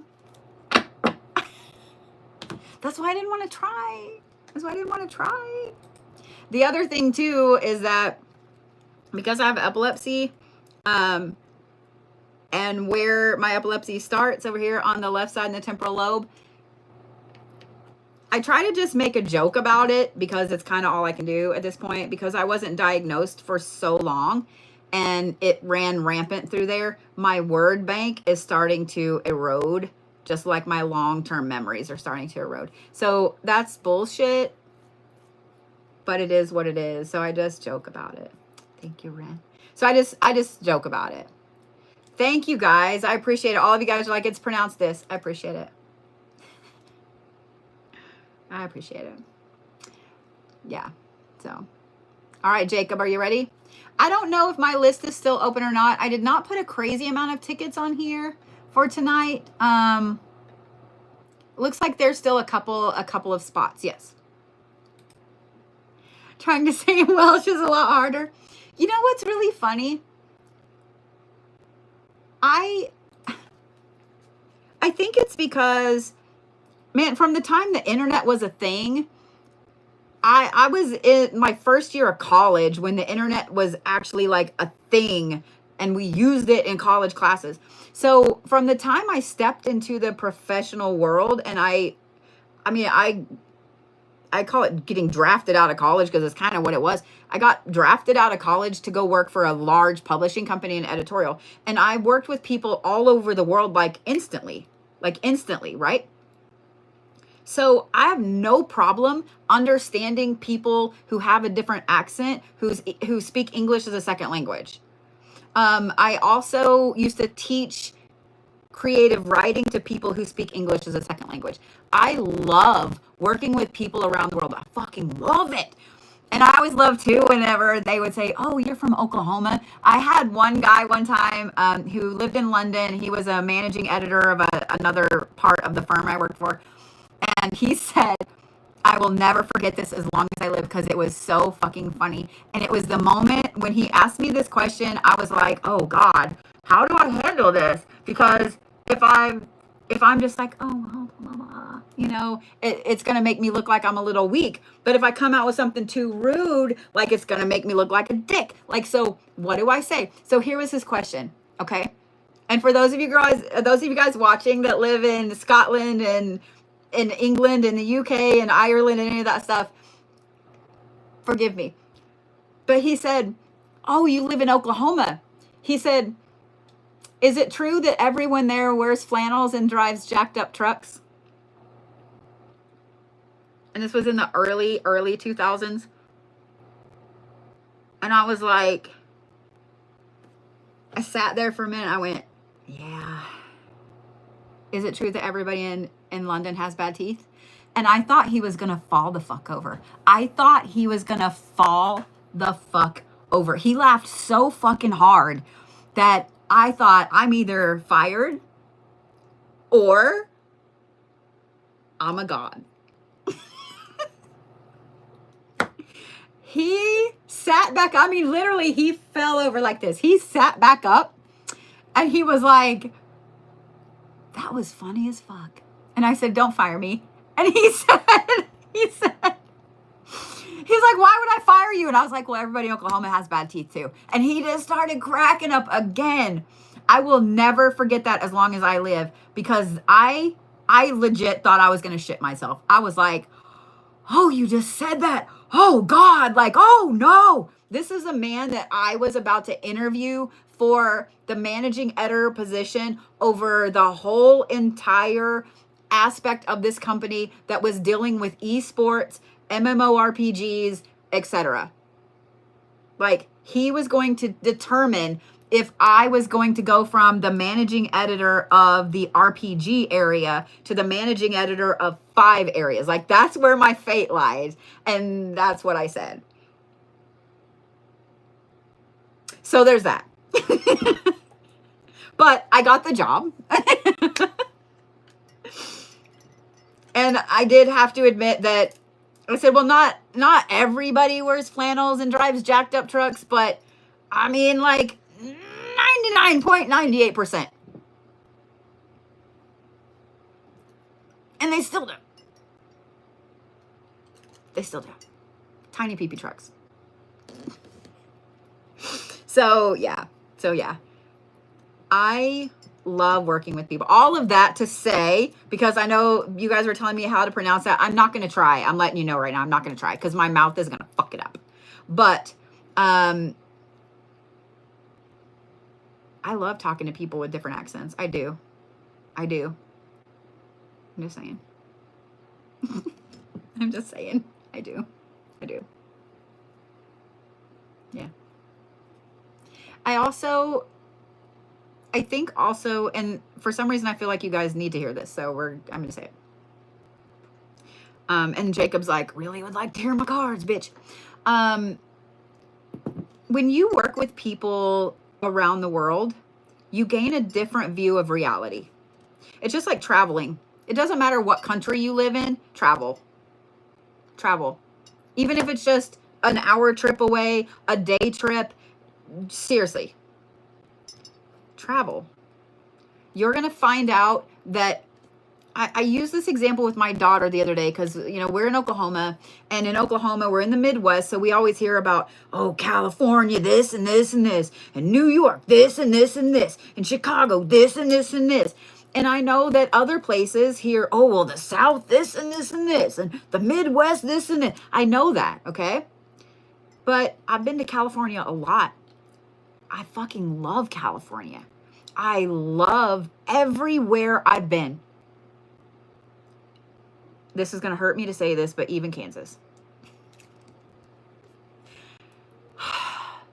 Even Kansas. When you travel, you realize that your people where you live are just the same as other people. They're just trying to survive. They're just trying to live their life and be happy and have a family. And they're just trying to be who they want to be. That's all they're trying to do. It's the narrative that's spun on everything else. I'm not going to go too far down that rabbit hole because somebody will flag something. But I think that's also why I love working with people around the world, because you gain such a unique, amazing perspective on everything. On everything. Traveling and having friends and talking to people around the world will open your soul and your mind up way beyond where you ever thought that it could be. So if you guys aren't, for those of you guys on TikTok, if you guys aren't on World Talk yet, you need to be. You need to be. You need to be. And for those of you guys on YouTube, if you don't follow creators in other countries, you need to. Make an active search to look for creators in other countries, and not just one. Follow people in Scotland. In fact, the ladies that are in here and in TikTok. I don't know, will one of my mods pin one of them? Follow people from around the world. Follow people in the UK. Follow people in Africa. Follow people in Australia. Follow people in China. Follow people in Germany. It doesn't matter. Follow people everywhere. It doesn't matter if you don't speak the language. You can understand from the video what they're saying. It will give you an appreciation for the world as a whole. And call me frou-frou, call me woke, whatever. I don't give a fuck. I promise that if you start following people from all over the place, your whole life will change and shift in a way that I can't explain it to you. I can tell you, but until you experience it for yourself, you're not going to understand. Go follow, go explore, go watch videos. I'm just saying. There's a guy on TikTok, Fergus Art, FERGUSART. He is in Scotland. He has videos of the most magical places I've ever seen in my life. It looks like you should see King Arthur stepping out of these places. These amazing fairy pools and places of pagan ritual worship and so on. And he does videos there. I bought a couple wands from him off Etsy and they're glorious. People like that, that's who you need to follow. With the whole shutdown thing in January, I started following so many people that are in the Asian Peninsula, Japan, China, Korea. I love Korean medieval history. Oh my God. They need to make soap operas of that. I'm just saying what I'm saying. The Chinese ones and all of it. All of it. I want to watch all of it. But anyway, I digress. So I started following people over there. And then when I just want to see your places, like show me your places. I just want to see your places. But it doesn't matter that I don't speak Korean or Chinese or Japanese. When they're showing me, this is my living room, this is my garden, this is the temple, I can understand that. I know that this is what you're showing me. I'm there to learn about stuff. So there's your homework. I feel like you guys need to hear that. I have a lot of followers all around the world. And I'm honored that people in other parts of the world follow my dumb ass. And I hope that I provide some enrichment to your life. So yeah. Go enrich other people's lives. Let them enrich your life. We're all the same meat sacks. We're all the same meat sacks. Doesn't matter who you are, where you live. We're all just trying to survive and not crazy at the end of our life. We're all just trying to do that.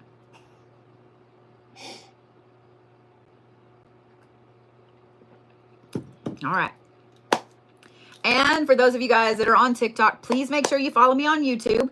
I don't think TikTok's going anywhere. I really don't. I think they're just going to kick the can down the road again. But please, please make sure you follow me on YouTube. Okay. See, that makes me sad. Steve on YouTube said, one of my favorite YouTubers was Ukrainian. Haven't seen him in years. Hope he's okay, though. I think about him every time I see the news. I understand. I understand. So yeah, let people enrich your life. Okay. All right, Jacob, I promise. Let's read your cards. Yes. Sorry, we got down the rabbit hole. All right.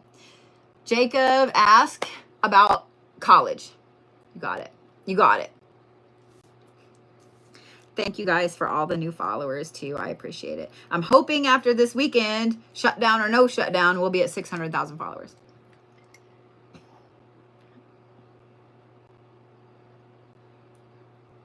So if even a fraction of you followed me over on TikTok, it'd be, or YouTube, it'd be fantastical. All right. Jacob. Atonement. So I find it really interesting that Scotty is the atonement card here, because Scotty is also ambition. And we're going to talk about that. And compliance. And what's funny is I put these two like this. I'm going to turn over this first one. This is the one that fell on the floor, and I'm turning it exactly how it fell. It fell sideways. So this is resilience. This is the one that I put up here like this by compliance. So let's talk about these two first, because you asked me about continuing on in college and so on.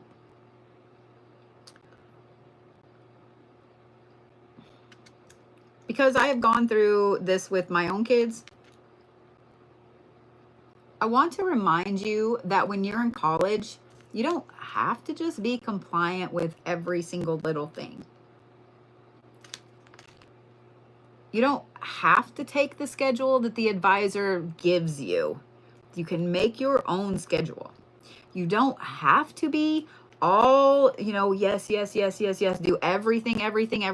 Now, I'm not saying don't do your homework, and I'm not saying don't do your labs. You know what I'm saying?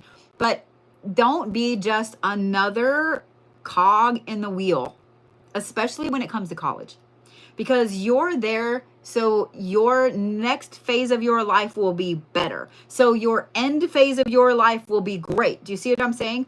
So don't just always be in compliance. Well, I have to go to school from this time to this time, and then I have to work, and then I go home, and then I take a shower, and then I do my homework, and then I go to sleep. That is terrible. That is terrible.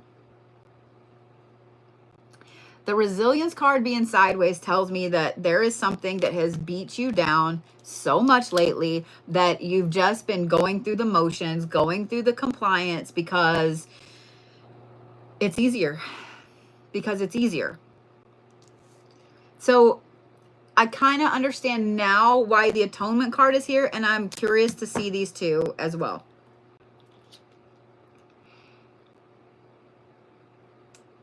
One of the things that, because I pointed out specifically that Scotty is the atonement card in here, but she's the goddess, she's ambition. She's the goddess of ambition. I'm going to recommend, Jacob, that you look at Scotty, Skadi, and what she is the goddess over, what she governs. Like, she's kind of a badass. I'm not going to lie. She's kind of a badass. She's ambition. And I know when we hear the word atonement, usually we think, oh shit, like I did something wrong and I gotta fucking fix it. Yeah, and no. Here's the best way to handle atonement, to handle defeat, to handle anger, to handle failure of any kind, whether it's an actual failure or a perceived failure. Turn that into drive and ambition to do better. Let's say you open a business. You have this great idea. You open a business. You do okay for a little bit, and then it just doesn't do well, and you have to close it. You can either take that failure as a failure and you can let it govern what you do from then on. And then you're like, well, I'll just work at Walmart, you know, like, no. Or you can go, okay, so why did that business fail? Okay, well, there was a dip in the economy and there wasn't as much people, there weren't as many people with disposable income. And, you know, the town that I opened my business in did not do any economic development. Do you see what I'm saying? Like, first start looking at things that were out of your control and then start looking at things that were in your control. I hired a shitty employee and they fucked me over. Do you see what I'm saying? Okay, so next time, I am not going to open in that town. I am not going to open in a place that does not put money into economic development. And I'm going to really be careful of who I hire. Do you see what I'm saying? So instead of taking that atonement as a slice across the gut, you can take that atonement and turn it into ambition, into next time, blah, blah, blah. The same goes, I'm going to use it in a relationship thing because every single one of us will understand this, because some people don't understand the business aspect. When it comes to a relationship, every single one of us has been in a relationship that it was shit. It was shit. You know it's shit. Whether it was shit for like 2 dates or 25 years. It was shit. You know it was shit. So when you finally get out of that relationship, what is the first thing you say? I'm never going to be in a relationship like that again, right? You don't go, oh, I really loved having someone take all of my money and never let me sleep. I can't wait to do that again. No one says that. Everyone says, I can't wait to have someone that, you know, has a job and respects my space. And do you see what I'm saying? We automatically, when it comes to relationships, we automatically turn that atonement into ambition, into drive. But when it's other things that we see as a failure, or, you know, college is a good thing, a good one to talk about too. Every single person that has ever gone to school has got a bad grade somewhere. Somewhere. Whether you did a whole semester or a whole year that was just, or whether you just had a class you got a bad grade in. What's the first thing you do? You don't go, oh my God, my whole life is ruined and I'm never going to be able to do this. You go, you know what? Next time I'm going to do a lot better. I know I didn't do my homework all the time, or I didn't go to labs. So you know, right? So turn that atonement into ambition. I haven't even turned these other 2 cards over.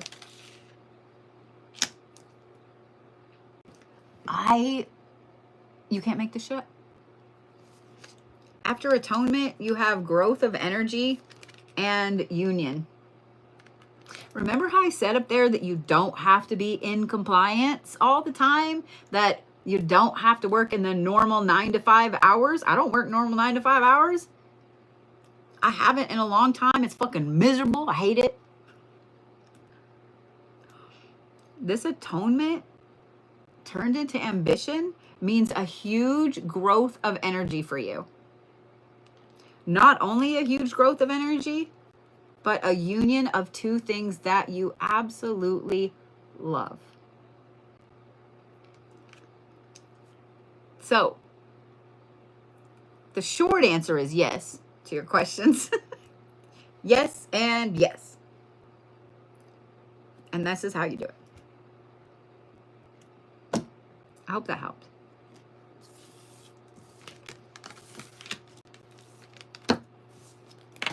Maybe it just feels quiet in here because I haven't talked a lot over the last few weeks. You know, maybe there's that. Maybe there's that. Gabby is next. I am not having technical issues. You can fuck all the way off.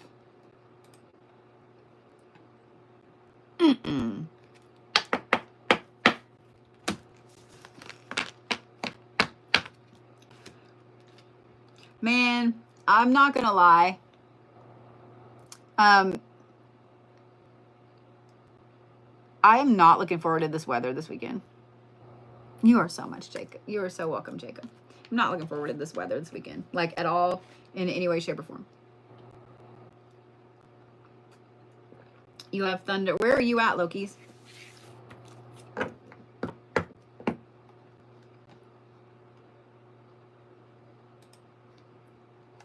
See, now I'm like, let me pull up the weather. I usually don't have bad signals up here, but notice I did last night in Michigan. Yeah, we're supposed to have 70% chance of rain tomorrow, 90% Friday, 90% Saturday. It was almost 80 today, over 80 here. Tomorrow the high is 63, and then it's 60s on Friday, 50s on Saturday. This is bullshit. Bullshit. Bullshit. I'm just saying. Bullshit.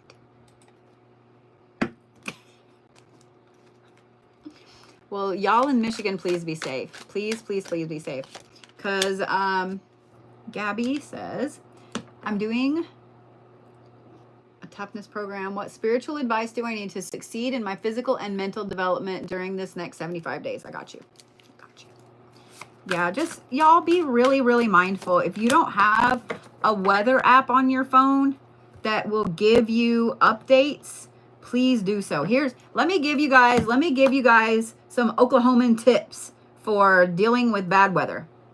Because these are things that we're programmed from the time we're fucking kids. Of course, now it's a little different with cell phones and stuff. Because I don't know about y'all, but the weather over the last few years has been insanity, right? So even if I go to bed and my phone is already at like 90%, that bitch is on the charger, period. So I have two phones that I film off of. I also have an iPad, always on the charger, I don't care. I also have the hotspot on both of my phones because there's been too many times when we've lost power, which means no internet. So I don't know if you guys have ever tried to sit through a no internet, no power day, night, or even a week with children, but lesson learned. I'm just saying what I'm saying. So always, before you go to bed, have your shit on the charger. Okay? The other thing I'm going to say is always know, the next thing, have an app on your phone that will warn you if something is coming into your area. Like here, I have the News Channel 6 app on my phone because I have watched our meteorologist since I was a kid. I also have the Weather Channel app on my phone, both of them.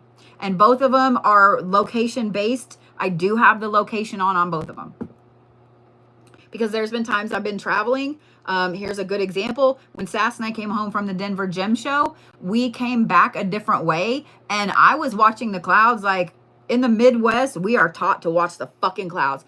Us Midwesterners can look at the clouds and go, that's going to suck. Or is this rain? You know, we know. So I'm looking at the clouds and I'm like, we got to stop. Like something is wrong. We got to stop. And I shit you not, we barely got stopped and barely got in the hotel because we couldn't find a hotel. And bam, like it was crazy, right? Watch the clouds. But always have a location thing on your phone because where I live right now, it's a big neighborhood. I can't hear the storm sirens because I'm at the back of the neighborhood. If I had to trust those bitches to wake me up, and I live in Oklahoma, there's no way. The other thing, if you know you're going to have bad weather, here's a 100% tornado tip. If you know you're going to have bad weather, put shoes by your bed, have them right there by your fucking bed that you can slip on really quickly, not house shoes, actual shoes. Tennis shoes, boots, I don't care. Shoes right by your bed. Have your purse or backpack put your medicines in it. It's going to sound like overkill, but I want you to look at how the weather's been, okay? This is what I was taught to do. Your purse or your backpack is right there. You have it where you can grab it as you're running in the fucking bathroom, but all your medicine, inhalers, money, car keys, anything like that, all goes in there. If you know you're going to have bad weather, bottled water and snacks. are preloaded in the place where you're going to go if bad weather hits. Like, I know that we're going to have bad weather here over the next few days. I am sure that we're going to end up in the bathroom at some point. So not only will I have bottled water and some snacks in there, but I will also have the closet right there next to it, fully stocked with lots of blankets and lots of pillows. If you have pets, close off upstairs or whatever, so you don't have to go run upstairs and look under beds while there's a tornado coming. Have an extra bowl of water and have pet food in there. Like, it's just, that's just shit we're taught in Oklahoma. I'm not, probably in Kansas, Texas, Nebraska, I'm sure y'all are too. But think about it. Think about it. Would you really want to get caught in a storm, whether it's a hurricane, a tornado, whatever, with no shoes? No. The answer is no. Just let me tell you, the answer is no. But have all those things ready. Have all those things ready. Be prepared. Still sucks, but be prepared. I'm glad you're okay, Miss Jane. All right, Gabby. Hey, I said these were consultations. This is a lot of consultations. I'm just saying. But yeah, those of you guys that are starting to get tornadoes, that y'all have never had those kind of things, or straight line winds. Straight line winds can be just as bad as tornadoes. Just saying. Just saying. But just be prepared. Just be prepared. So, just be prepared. Okay? Just saying. All right, Gabby. Knowledge. You flipped this card over to begin with. I didn't even have to flip it over. This is the Owasso got hit hard last night. Really? I didn't know. Last night, like this morning? I know there was a bad storm that moved through that hit like Claremore and all that stuff too, but oh my. Yeah, I haven't watched the news today. I don't watch the news a lot. But yeah, I woke up to well, I woke up because I had to pee. But then I was like, I see some lightning. Boop, channel 6. So yeah. Missouri keeps getting hit. I know Missouri and Arkansas got hit a lot last year and keep getting hit now. So yeah. So yeah. So yeah. You were in Tulsa on Sunday? All right, Gabby. Oh, out by the Whirlpool plant. Oh man, yeah, there's nothing out there. Like there's nothing. But so Tulsa is green and hilly, and you know there's lots of buildings and trees and rivers and stuff. But you go north of Tulsa and it's like nothing. See, she said not a damn thing. Nothing. There's nothing. There's nothing. So yeah. All right. Ms. Gabby, the first part is knowledge and then success. And what's funny is I haven't even turned this other card over yet, and I have a feeling that this is a pep talk for you. Defense. This is a pep talk for you. This is a pep talk for you, Gabby. I can't wait to see what the top line is, because this is the one that came first. Just with what you ask about. I am completely sure that even though this is something that you want to do, you know you're going to be a better person for it, you know it's going to be hard, you're terrified. Like, looking at that, like 75 days is a long time. Like, that's 2.5 months. That's like basic training. I love that knowledge, success, and defense came up. Okay? While you're in this program, gather all of the knowledge you can before you start the program on keeping yourself healthy, okay? How much water do you actually need to drink a day? How much carbs do you have to have a day? Do you see what I'm saying? Like physical things for your meat sack. Because if your meat sack gives out, everything else is kind of going to start. That's just basic training things. I'm just letting you know. How fast can you eat? Because you learn to eat really fast in basic training. I'm just saying.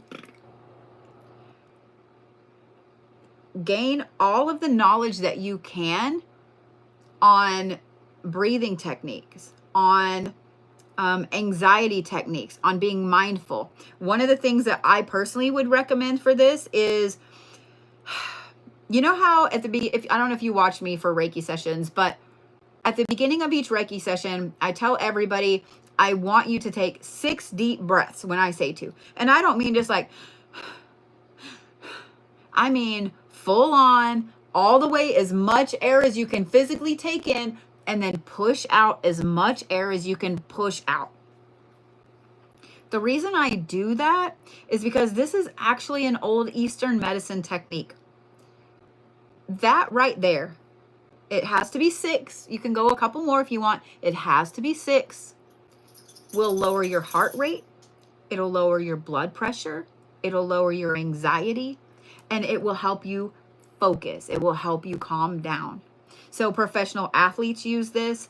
They use it to help lower their heart rate. And I want you guys to try this. The next time that you're running or you're going up the stairs or something gets your heart rate up and you're like, I'm out of shape. Force yourself to take 6 deep breaths and see how you feel. And see how you feel. A lot of times too, just getting all that oxygen back to your brain after you've had all kinds of crazy physical activity will help you to think smarter in the moment. Okay? My hair keeps getting over my ears.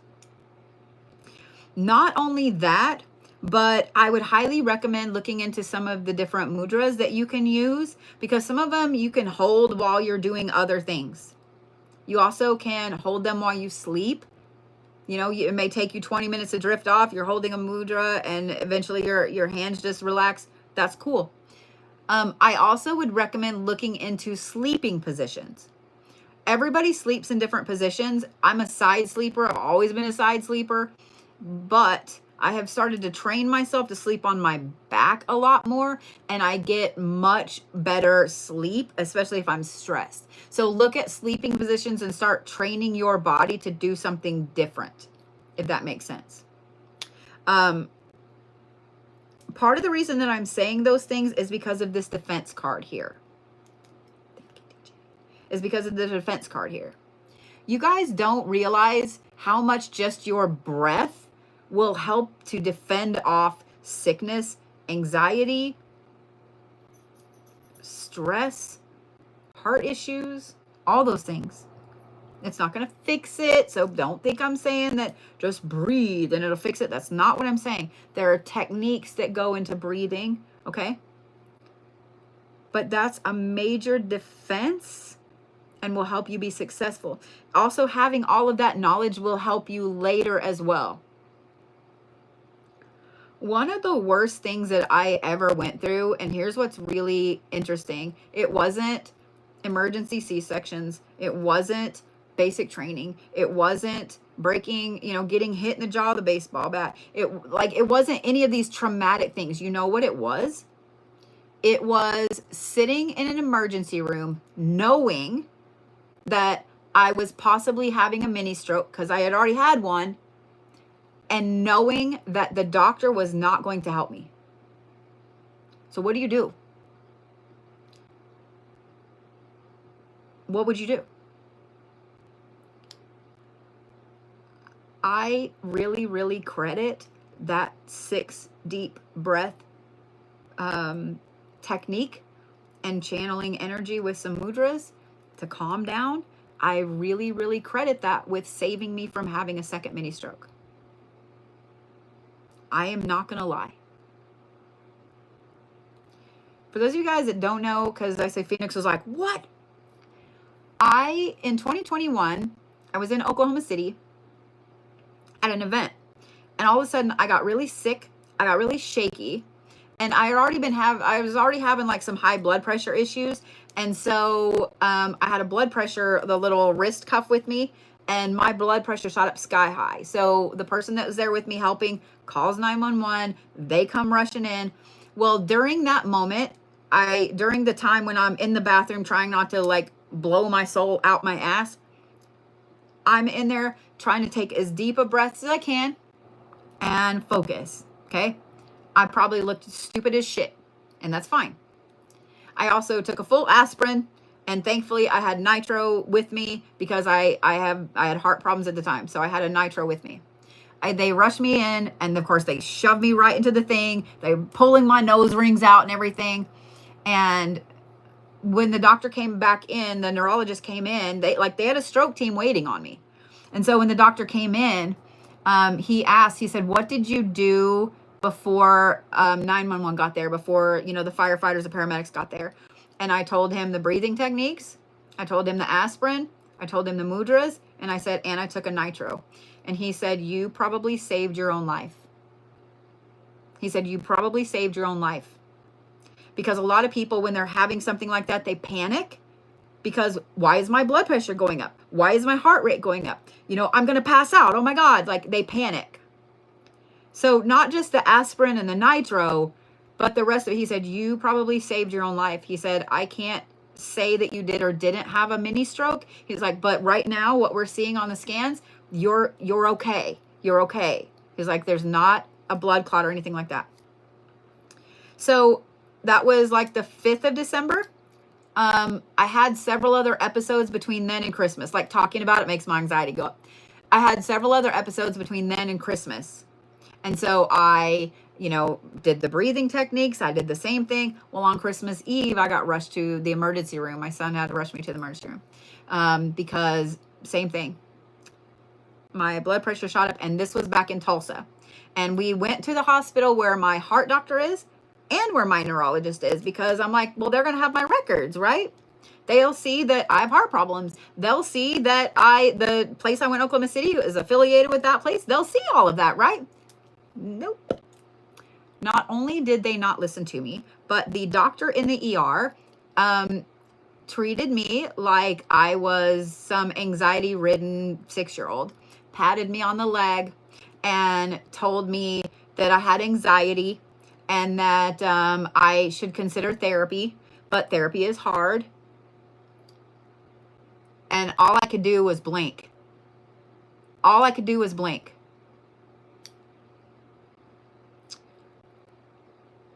Two days later, I ended up back in the emergency room for the same thing. My blood pressure is through the roof, and all I'm doing is breathing, doing my mudras, big deep breaths. Same motherfucking doctor. Same motherfucking doctor, except this time I was having like little mini seizure after mini seizure after mini seizure. Like, I was having them like this. Thankfully, I never lost consciousness, but the person with me, like, yeah, when the same doctor walked in, I already knew what was going to happen. I already knew what was going to happen. I didn't get a CAT scan. I didn't even get in a hospital bed. I was sat in an office chair, and not even a rolly chair, just a regular against the wall plastic chair. And again, I was told that I should go to therapy, but therapy is really hard and I should consider it really carefully. So I really started doing Qigong every single morning. I had to go to my neurologist and my cardiologist. Both of them were like, what the fuck? My neurologist pulls up the paper and he said, you had a mini stroke. And I was like, yeah, they're pretty sure I did. And he's like, no, I've got the evidence of it right here. So the first time I went on Christmas Eve, they did a CAT scan and they actually saw the evidence of where I had lesions back here where I'd had a mini stroke at the beginning of the month. And it was even highlighted by the CT person that was like, hey, she obviously had this. It's fresh. It's not this moment, but it's fresh. And this needs to be looked at. It was fucking highlighted. My neurologist here in Tulsa is fucking phenomenal and helped me file a complaint against that ER doctor because so my neurologist is like, he's really quiet, right? He's really reserved, really quiet. And I've never seen an emotion. Like I'm not sure that he's not like a hologram or a robot because I've never seen an emotion, right? However,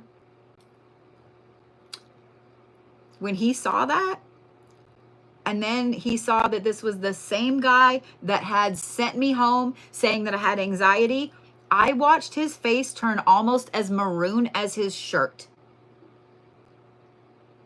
And he said, I will be right back. And he like very calmly got up and walked out. And about 10 minutes later, he came back in. And he said, I'm sorry, I apologize about that. He was like real nice about it. And he said, I went ahead and started the complaint process. And here's what I need you to do. Like he started. He was like, here's what I need you to do. Like he's fucking phenomenal. I love him. But yeah, so that breathing technique, all of that to say that breathing technique and those mudras helped to keep me calm when I knew I was having a fucking stroke. I knew I was having a mini stroke, and I knew that no one would help me. I knew that I was sitting in the ER and no one was going to help me, that they were going to send me home.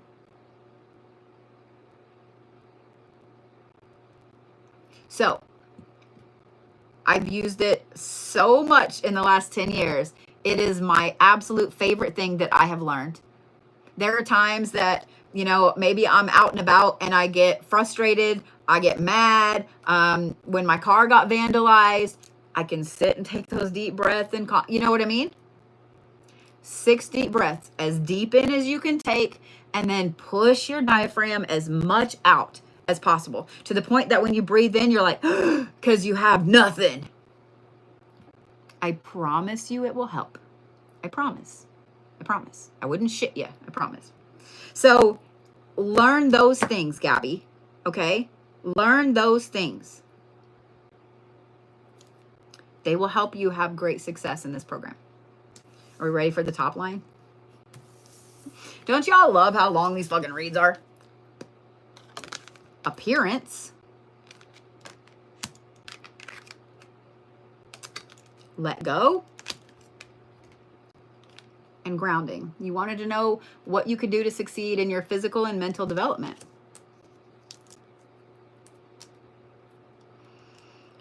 Look the part. That's the first thing. Look the part. And I want you guys to really think about that. When you, okay, get comfy. When you're about to go to an interview, a job interview, it's your dream job. You want this job so bad. You want to impress them so bad. How are you going to dress?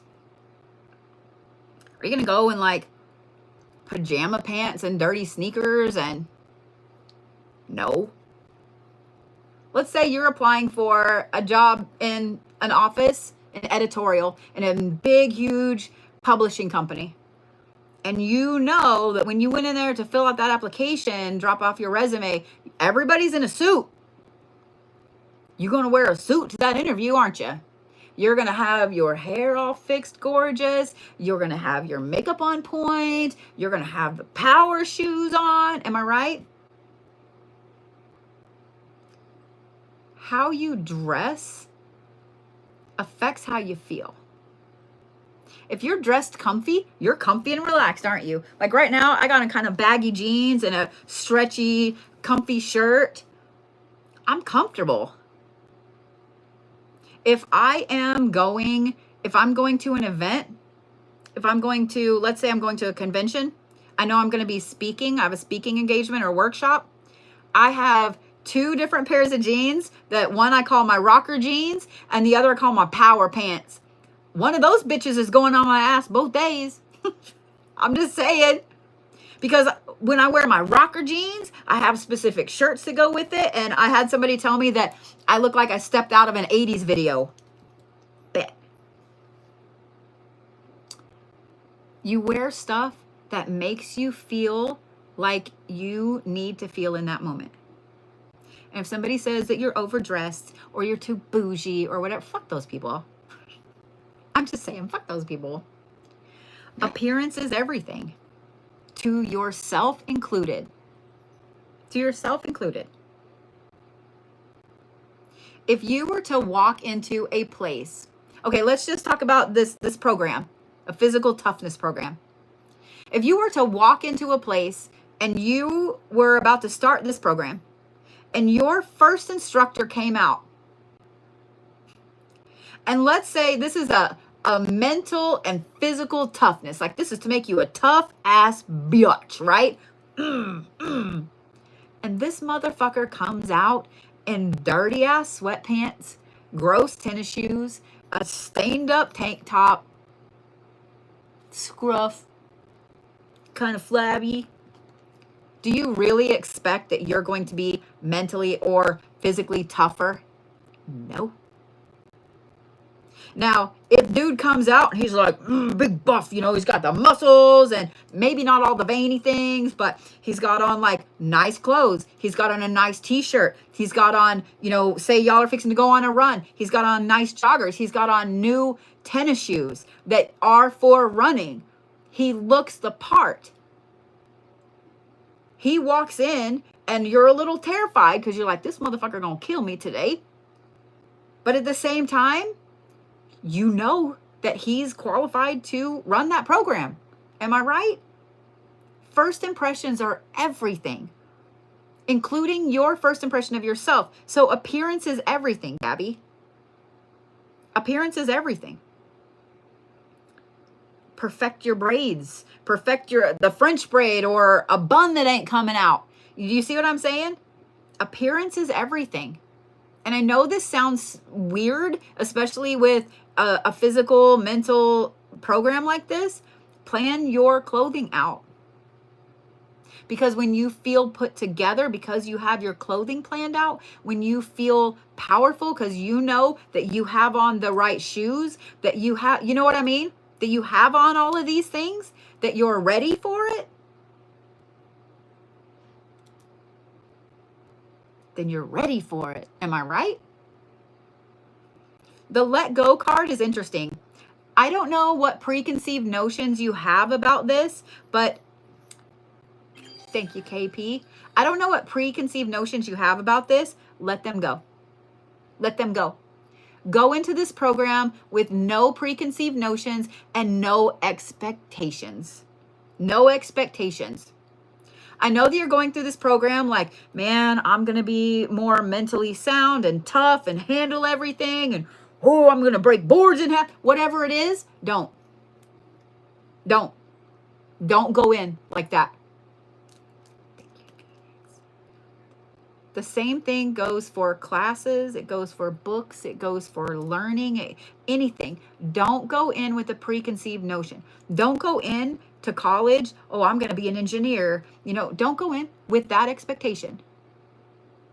Because you may get into college and you may realize, I really fucking hate engineering, but I absolutely love biomechanical aspects. I love biology. I love chemistry. Do you see what I'm saying? Go in with the expectation that you're going to be more. And that's it. The grounding is also interesting. Because of a program like this, you're going to have to make sure that you are able to ground yourself very, very intensely every night. And that's where those mudras will come in.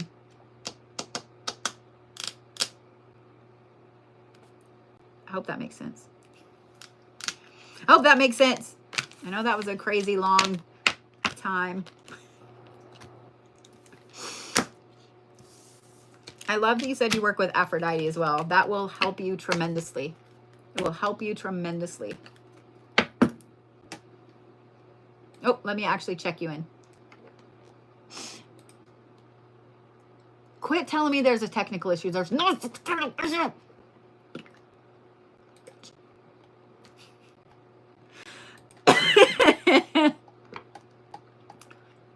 Since I'm taking forever on these, I'm going to go ahead and turn my list off. There was only like 2 things left on my list anyway, but yeah, I just want to make sure that I get to everybody. I love you right back, Gabby. I love you right back. One of the reasons that I absolutely love doing these reads is I just got confused. There's Lana and then Leah next. And I was like, my brain is playing tricks on me. Lana, you're next. Or is it Lana? If it's Lana, I'm so sorry. LH. This right here. My nose is itching. Shit.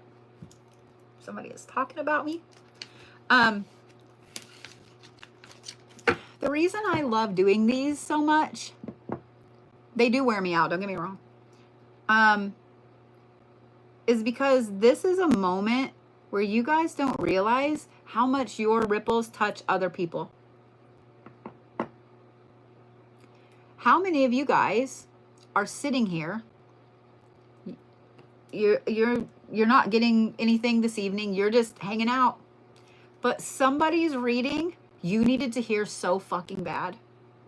You didn't know you needed to hear it, but you need to hear it so fucking bad. How many of you guys heard someone else's reading, someone else's advice, and you didn't realize it was exactly what you needed to hear for the stupid ass situation that you're in? This is why I say you guys have no idea how many ripples your ripples touch on a daily basis.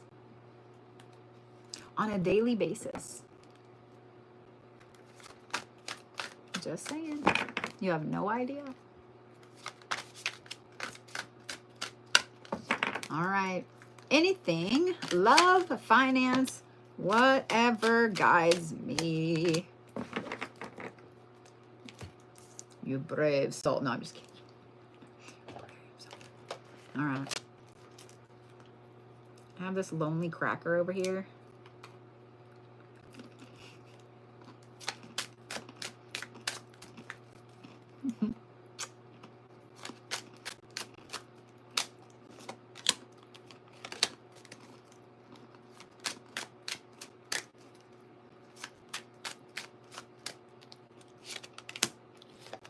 There we go. My brain's itchy. All right.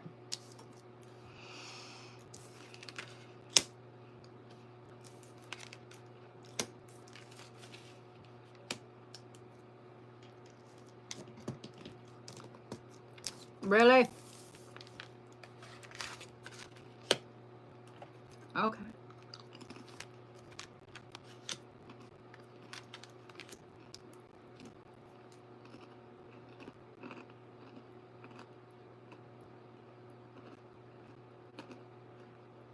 I really love these crackers. They're so fucking good.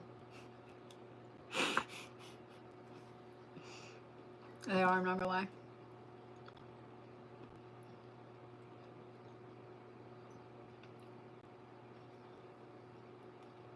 This makes me happy.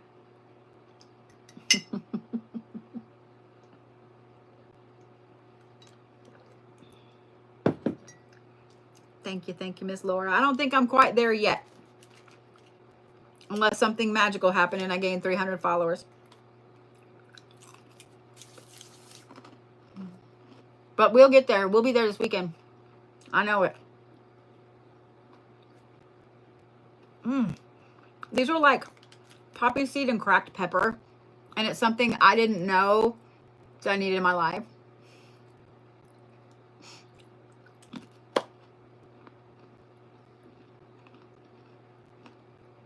Oh yeah, I do happy food dances. I don't give a shit anymore.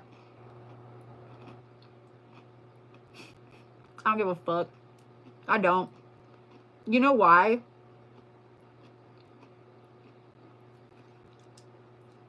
This is my favorite one. I do this one a lot when I get happy food. I used to have somebody that made fun of me when I do shit like that. And I realized, because I always hear women say that you can't ever please a man, or men say that you can't ever please a woman, or they don't know what they want, or you know what I mean, in relationships, like, I don't know how to make my spouse happy. You know what? Like, I'm pretty easy to make happy. Most people are pretty easy to make happy. Like, maybe don't be a dick. And food. I'm just saying. I'm just saying. Food makes me happy. I fucking love food. I fucking love food. So whenever you're stressed, this is something I realized. Whenever you're stressed and it seems like life is just more than a bastard to you, go and get yourself a treat. Seriously. If you love ice cream, if you love cookies, if you love McDonald's hamburgers, if you love Taco Bell tacos, whatever it is, go get yourself a treat. And enjoy every single fucking bite of it. Enjoy every single fucking bite of it. Do a little happy dance and just be in the moment. Just taste every bit of that food and enjoy every crunch of it or every goo of it or whatever. Enjoy every little bit of it. Every little bit of it. I promise 100% it'll make you happy. I promise it'll make you happy. I quit stressing about doing happy food dances. I don't care. I don't care. I don't care. Most of the time I dress over the top so people are already staring at me. So I don't give a shit. I don't give a shit. I don't give a shit. Be happy. Be happy moment to moment. Be happy in the things you're doing.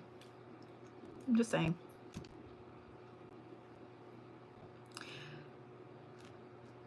Lana. Is it Lana or Lana?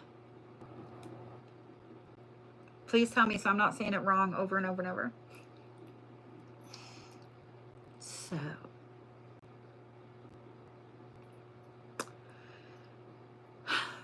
You said anything that guides me, anything that you needed to know. Well, these are the ones you started off with. This is the control card, and when I set it down, it's spun upside down, and I'm just leaving it. Then you have equilibrium, and then you have good fortune.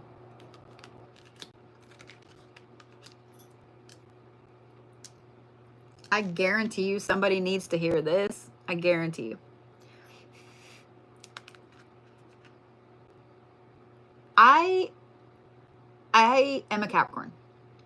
I have way too many Capricorn placements. We're just going to leave it at that.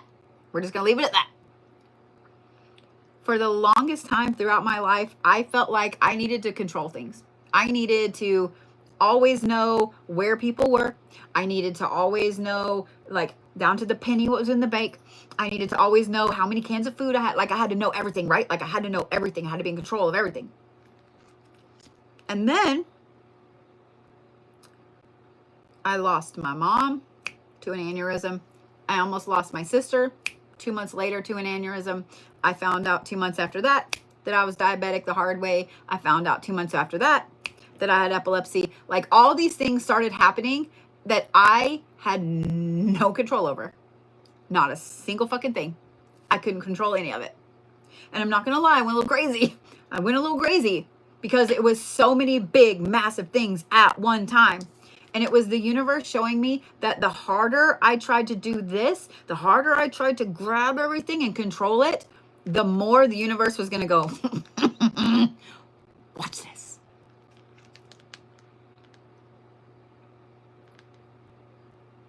The moment that I decided that I was going to stop trying to control things, the moment that I realized the only thing I ever could control was how I reacted to something, how my emotional response was to something, okay? The moment that I had that epiphany and I let go of trying to control everything,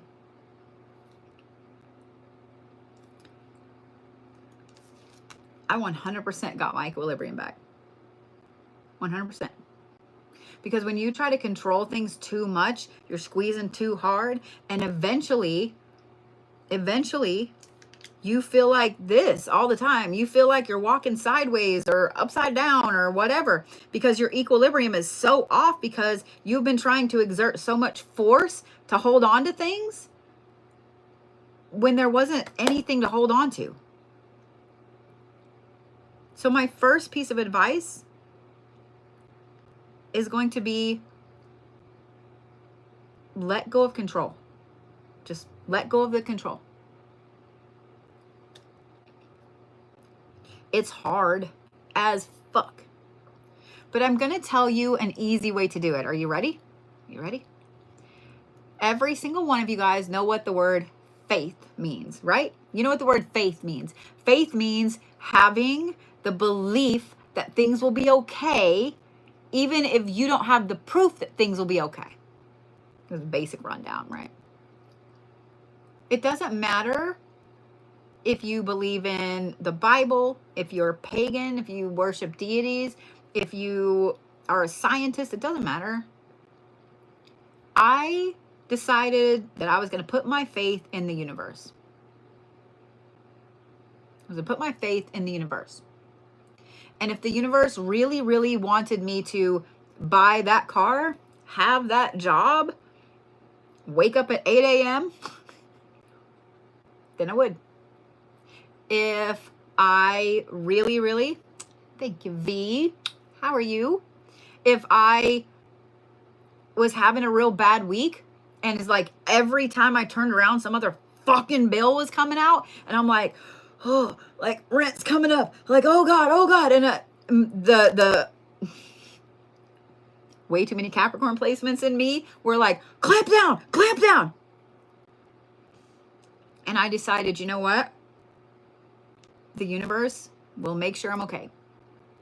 The universe will make sure I'm okay. Now, I'm not saying that I was just like, yeah, the universe paying my bill. No, I still work, okay? I am. How are you?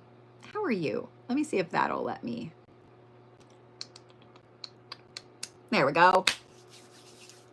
Make sure you guys follow V there as well. I don't get to catch you much. Like you've changed your live schedule or something, or I've changed my live schedule, one or the other. I used to come, or it's the algorithm, one or the other, or it's the algorithm.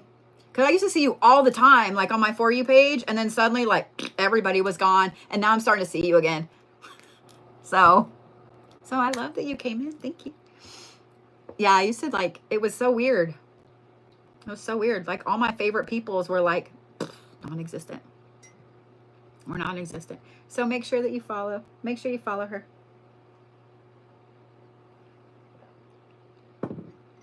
But I would have a lot of faith that the universe would make sure I was okay. I'm just saying. Yeah, I'm pretty sure of that.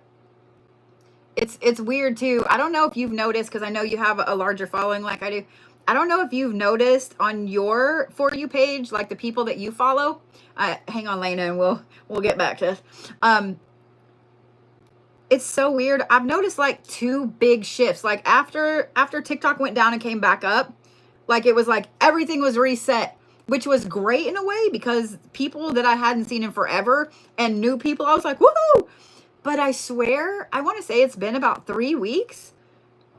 Yeah, about 3 weeks, because it was right after I got back from Pennsylvania.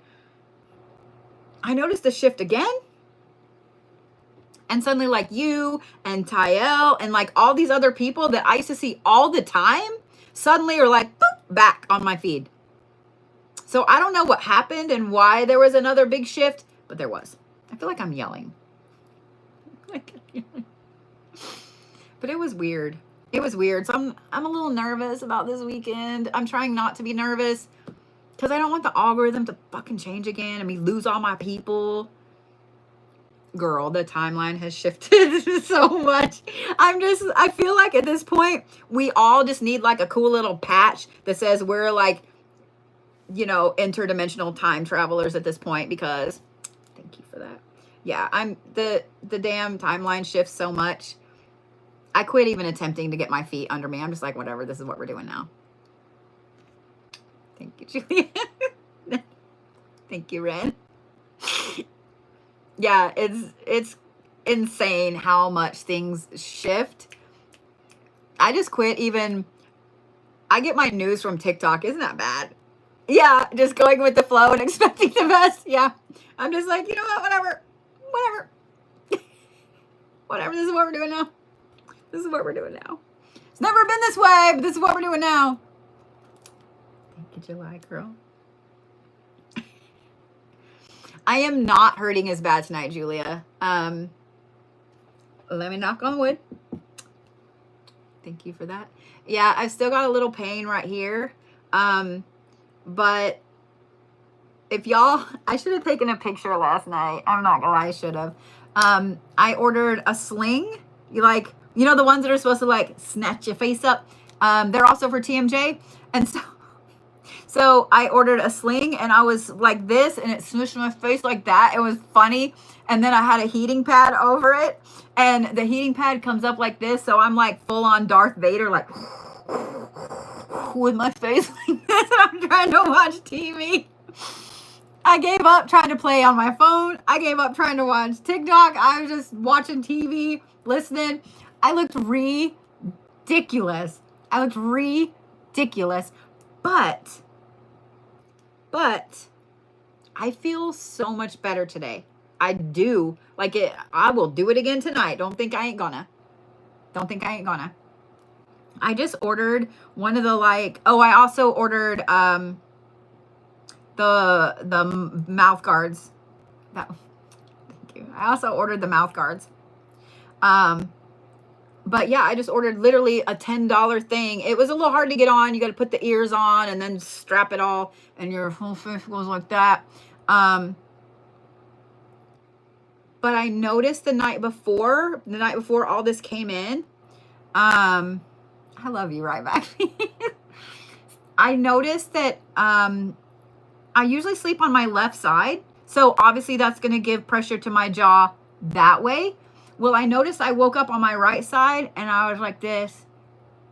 Like my jaw was open and like that. And I was like, well, fuck, that's why that hurts right there.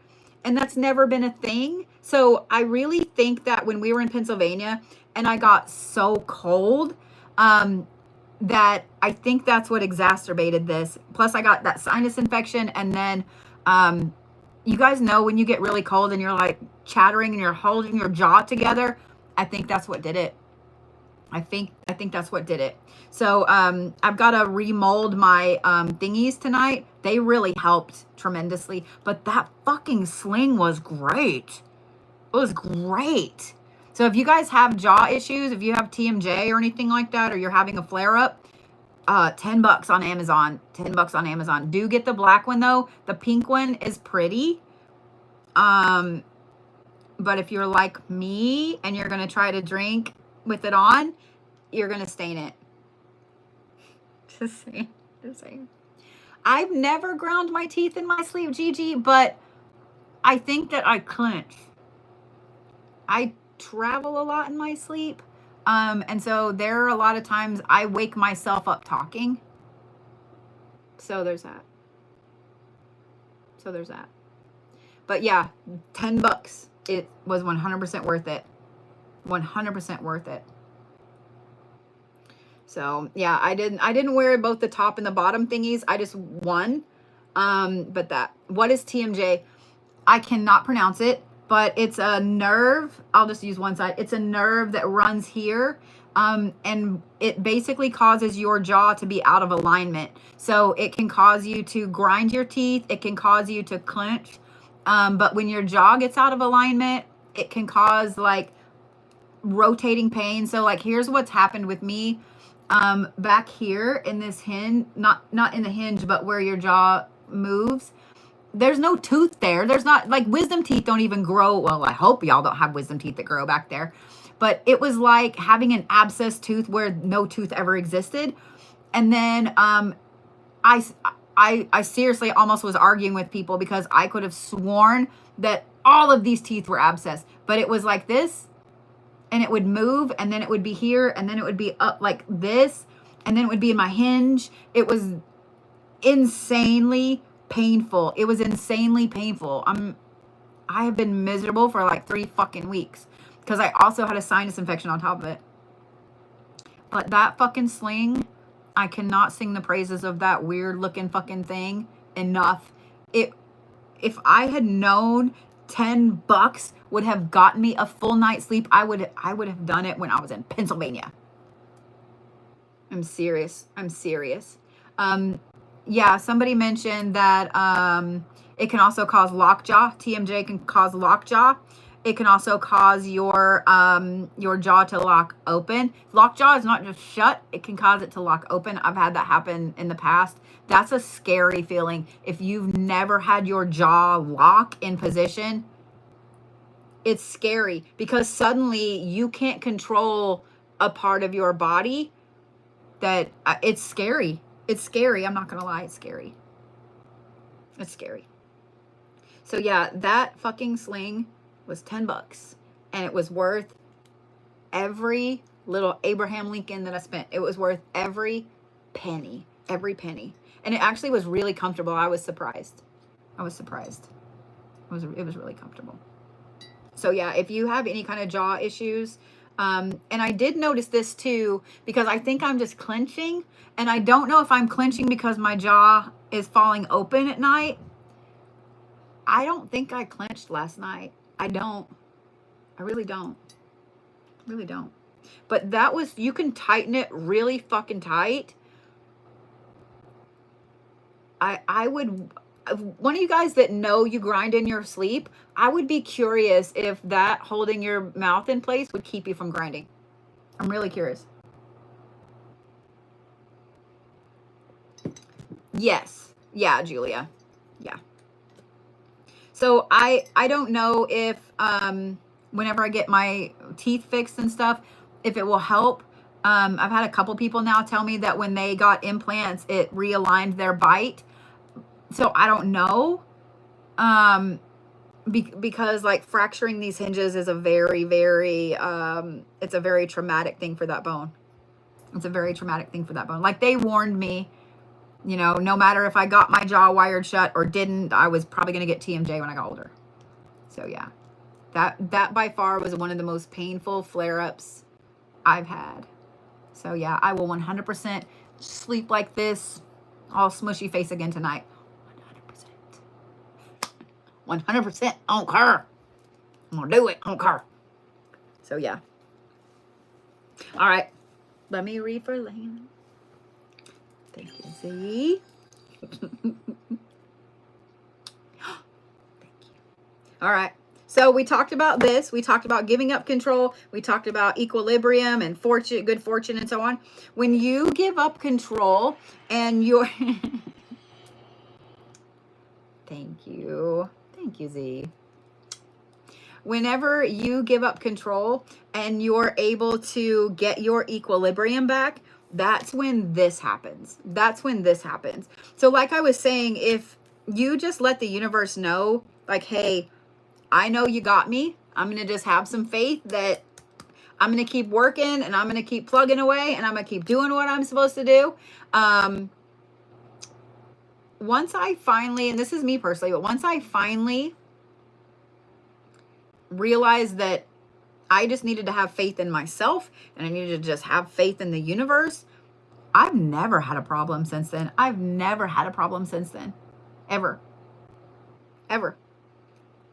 The other thing I think is interesting is because you asked for anything, love, finance, whatever guides me. And we talked about this. So this is good fortune. Okay. I think that this is a mix of finance and just finally feeling centered. Because I don't think that sometimes when we aren't centered, it doesn't matter how much money you're making. It doesn't matter if all your bills are paid. You never have to pay a bill for the rest of your life. If you're not centered, you're still not going to be happy. Does that make sense? So I think that a lot of this too, this equilibrium and this good fortune is to help you be centered as well. But I do think that this up here is about love. And y'all know how much I like doing love readings. Redemption, passion, and the elixir of life.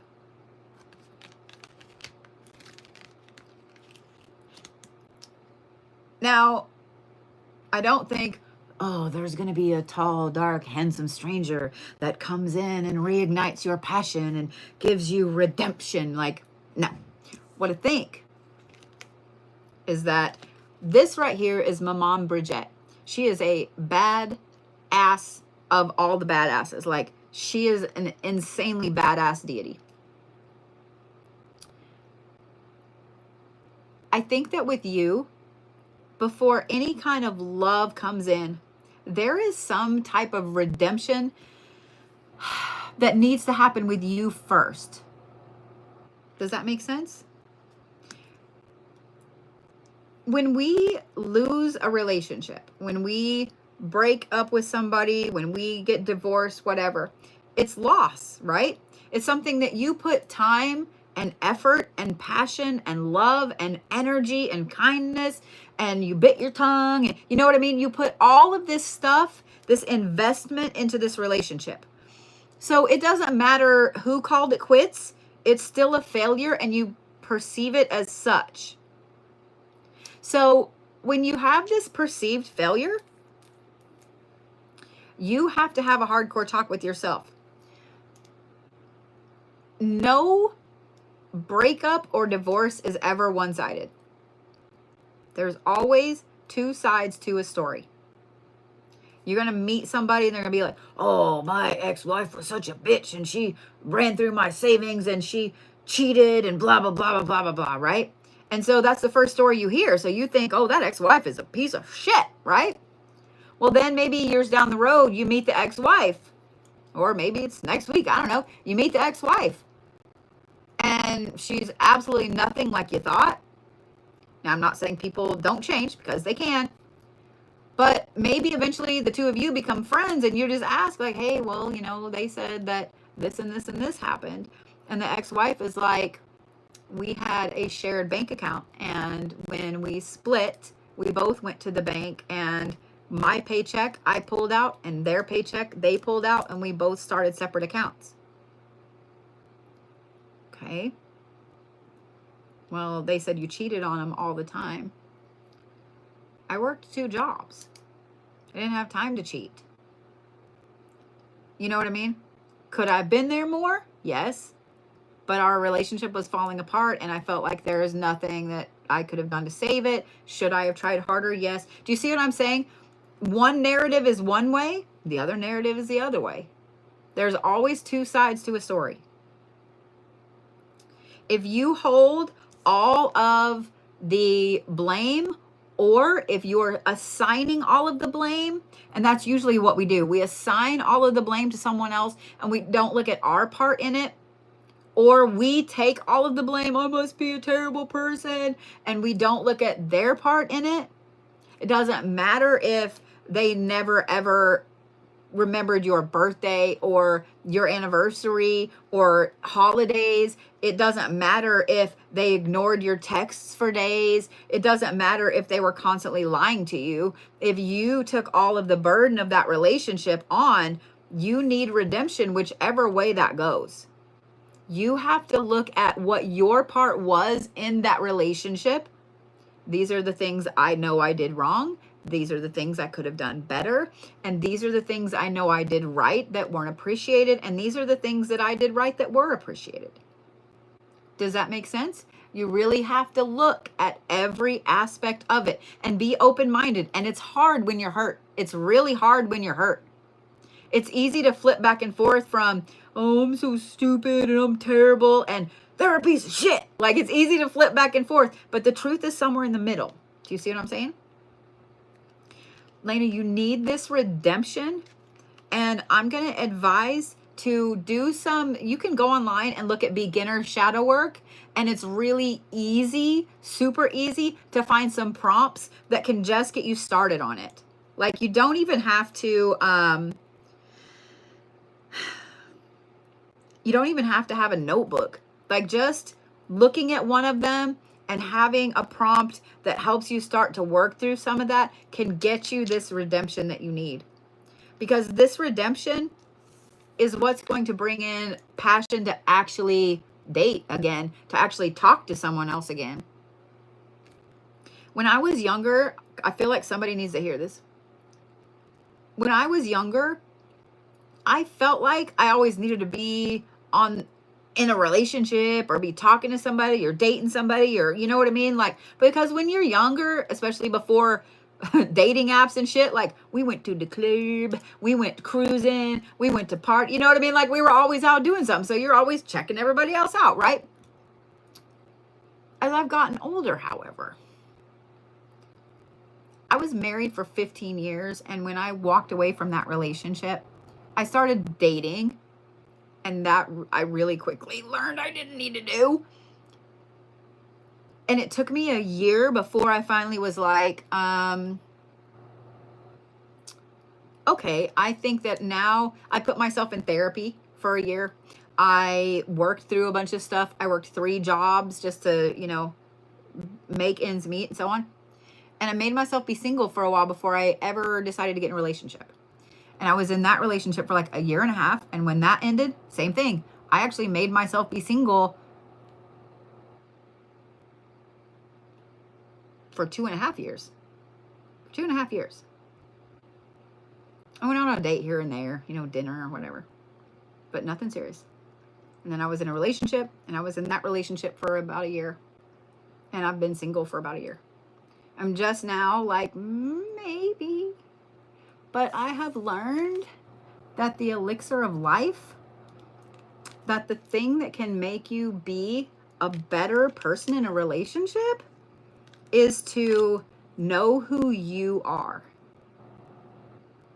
Is to know who you are. And to like who you are. That's the key, is to like who you are. I used to, when I was married, I used to get made fun of for having colored hair, for wanting tattoo sleeves, for all kinds of stuff. If I dressed in crazy colors, if I wore crazy eyeshadow, if I wore bone earrings, I would get made fun of ridiculously. So I didn't do those things. So when I got divorced, I was like, fuck that. You know, like, I'm dyeing the hair. My bucket list of sleeves is going to be a thing. Just saying. And the more that I realized that, oh my God, I'm an adult and I can do whatever the fuck I want, and I started doing what I wanted, the more I did that, the more I started to like myself, the more I started to feel like I looked like myself. I'm just saying, the elixir of life is to be cool with you first. Be cool with you first. Because now, if I decide to talk to somebody, I don't need to talk to you every 5 minutes, and I don't need you talking to me every 5 minutes. I'm an adult. I have a job. I have a life. I do my own shit. I like sleeping in the middle of my bed. I'm just saying. So, Lena, I think that a lot of yours with this redemption, you'll find that passion. You'll find that elixir. You'll find all of those amazing things that make you you will 100% be the elixir that you need. Does that make sense? Thank you, Ren. I'm just saying. I'm just saying what I'm saying. Quit telling me there's a technical issue. Please. My computer needs a name. I love you. Please quit telling me there's a technical issue. You're pissing me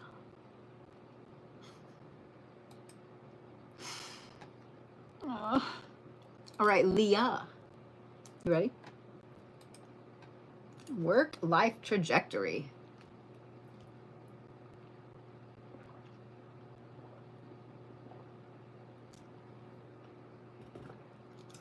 All right.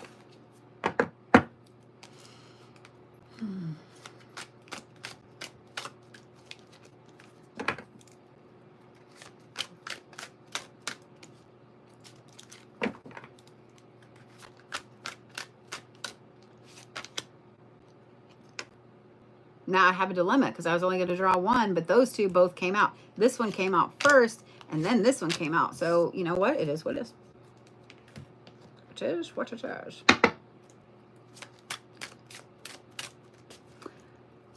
it's funny, I'm watching the cards draw as I am, really? That bitch went way over there. That bitch went way over there. And it landed Whopper Jawed, so we're doing a Whopper Jawed. But I'm watching the way that these are drawing. And it's trying to pull a ton of cards or no cards. See? So before I ever turn any of these over, I am going to give you 2 pieces of advice. I don't know if you've been here for a little bit and you heard us talking about the 6 deep breath thing. That will work wonders in your life for anxiety and stress. Wonders. The solfeggio frequencies will as well. So the solfeggio frequencies, for those of you guys that don't know, are a set of 9 frequencies that govern each different area of the body, a different chakra, etc. Because the way that those decks were trying to draw all these cards, it tells me that right now in your path, in your life, you feel so overwhelmed that you feel like you're in 9 taffy pullers and you're getting pulled every which fucking way but Sunday. Every which way but loose. So you can't concentrate on anything because as soon, it's like you have life ADHD. As soon as you concentrate on one thing, then something else happens and you're like, oh shit, yeah. And now I got to deal with this problem. And then something else happens and oh shit, okay, yeah, now I got to deal with this. And so you just keep getting pulled every which fucking way.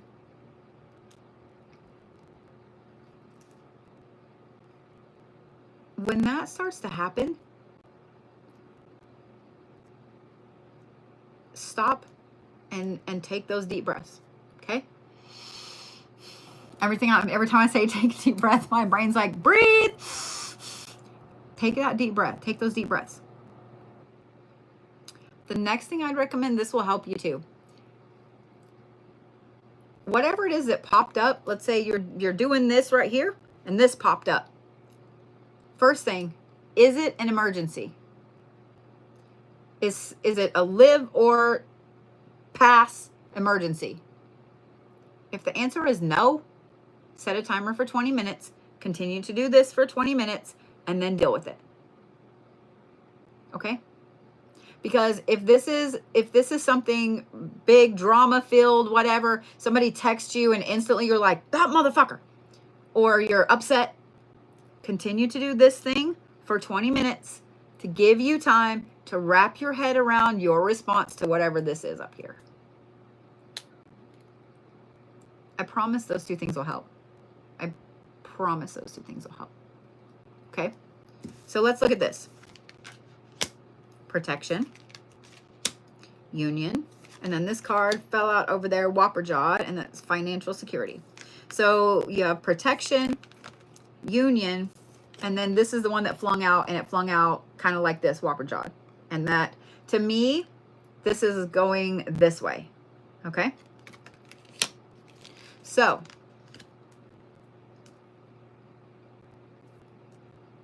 I feel like this is work, and I feel like this up here is life. So let's look at this.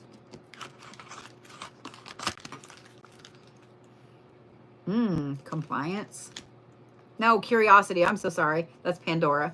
Curiosity, endurance, and cut ties.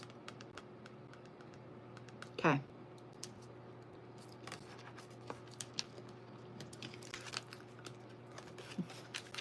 Curiosity, endurance, and cut ties.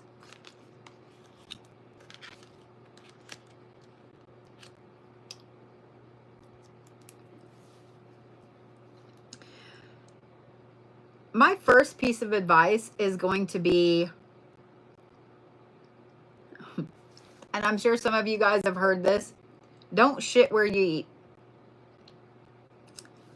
Your work life and your life right now don't need to touch. at all,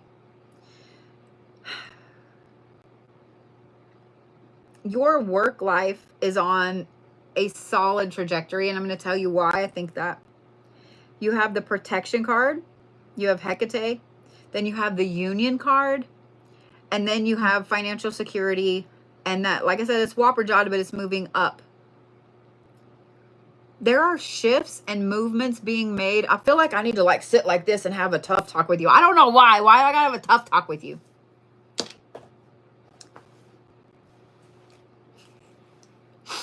Sorry. There are big moves being made. I don't know, wherever it is you work. There's some interesting big moves being made. Not only are there big moves being made, but I think a lot of these moves are bringing two things together. I would not be surprised within 6 months if there's not a couple of promotion positions available that have combined two jobs, where like, you know, job A and job B both coincide together, and it would be smart, instead of having one person do this and one person do that and them having to have constant fucking meetings, to have these positions be combined and then split at the same time. So like one person is on days and one person is on nights. Does that make, I'm trying to be as, I don't know, I'm trying to explain it as best I can.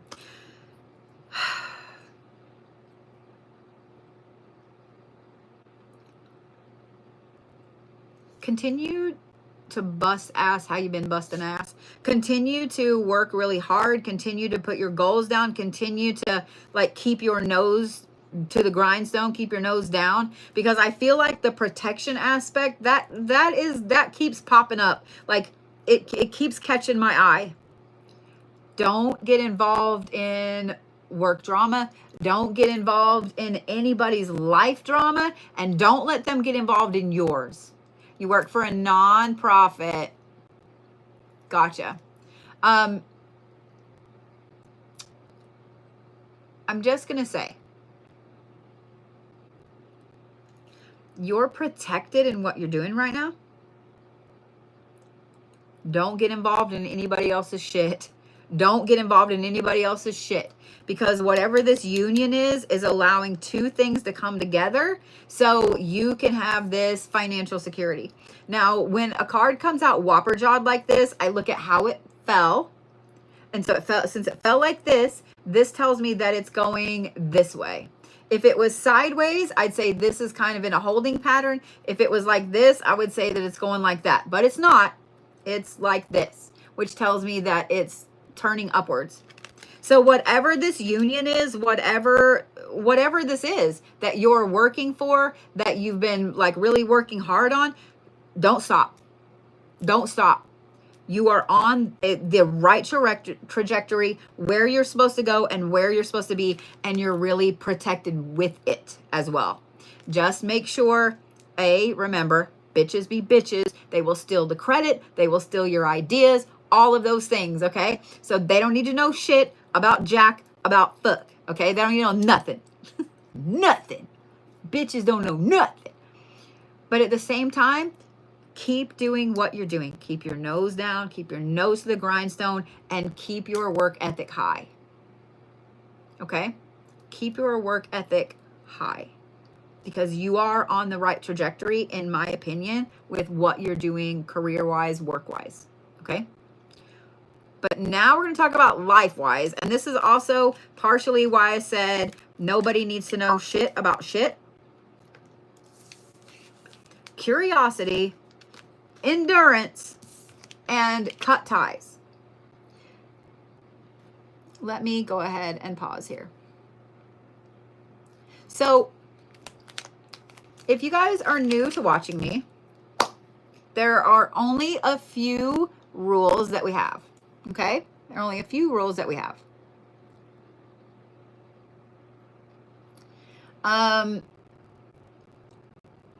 One, we don't talk about politics. 2, we don't talk about religions. 3, we don't talk about other creators in a negative light. And 4, don't be a dick and don't be creepy. Just saying. Just saying. I don't care what religion you are. I don't care what you practice. I don't care, because I feel like everybody is entitled to their own opinion, and I feel like everybody is entitled to what they believe in. I also am an omnist. I believe that every religion has some part that's right. I don't need you to come in here and bully the people in my live or make them feel bad about themselves or about something else. I won't tolerate it. I will never tolerate it. Don't do it. You will get blocked. You will get muted. And for those of you guys that are here, that person got blocked and muted, so they don't know what I said, and that's fine. For those of you guys that are here, my mods and I will always make sure that whether I'm on YouTube, TikTok, both, whatever, we will always make sure that this is a safe space where you can come and hang out. If you want to go watch the news, go watch the news. If you want to go on somebody else's live that's talking about all that shit we don't talk about, cool. I don't care. But this will always be a space where my mods are phenomenal. They are fantastic, and they can zap some fucking trolls like this. This will always be a place where you are never, ever going to get fucking bullied, talked down to, or any of that bullshit because of how you look, what you believe, who you are, where. I don't care. That shit is not tolerated here, ever. Ever. And you know what? It pisses me the fuck off, because when I'm in bed, like in the mornings, we have Doggy Love Fest, and I pet on all the doggies, and I scroll through TikTok. I post a video, I scroll through TikTok. I come across shit all the time that I'm like, oh, do I go, oh, you're a piece of shit, or oh, you should do this, oh, no, you know what I do? Boop. It's like really boop, that easy. Because you know what? I know that if I give a full view, because I do have, a decent size account. If I give a full view, it's going to give them a leg up in the For You page. If I make a comment, it's going to give them a leg up in the For You page. I don't have to watch the shit. You don't have to watch mine. If you don't like me, if you don't agree with me, if you don't agree with any of the things, cool. Boop. That's all I got to do. All I got to do. Boop. That's it. You got thumbs, right?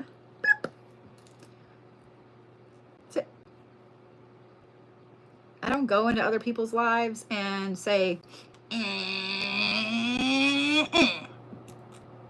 In fact, I go into other people's lives and I drop gifts. In fact, just so you guys know, the vast majority of the gifts that you guys send me, I end up giving to other creators.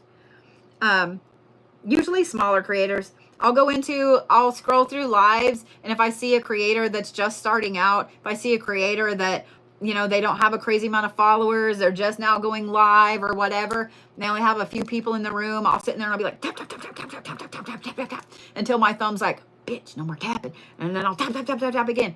And then I'll send them gifts.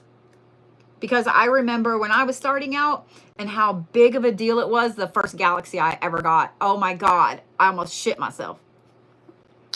I remember when I would have bigger creators come into my live and like, and then I would watch people actually come into my live and find me. I remember that.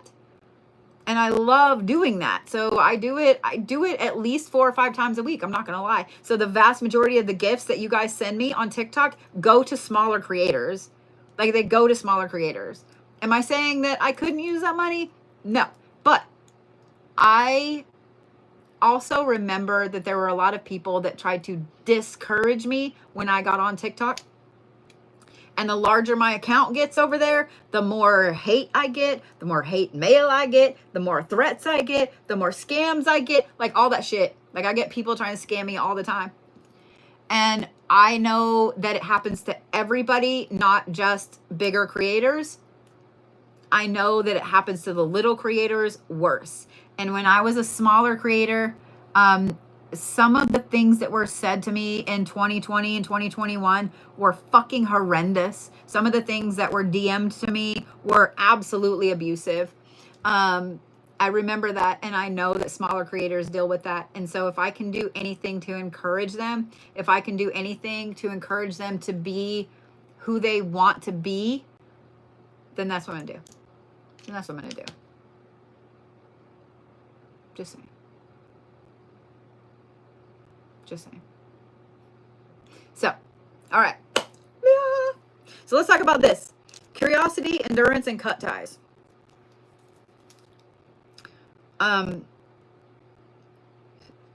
My friend, you can't fix everyone. You can't fix everyone. This curiosity card and the endurance together, I understand why they came out together. Okay?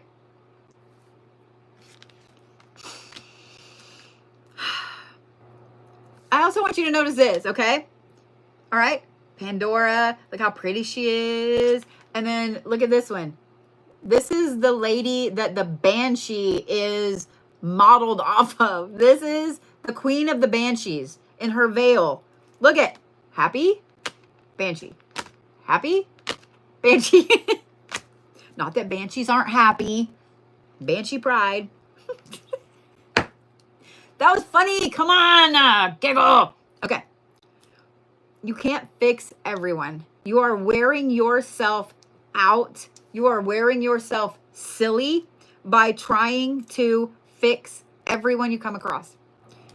Family, friends, coworkers, relationships, random people, dogs, cats, crows. Crows they can be dicks sometimes, not gonna lie.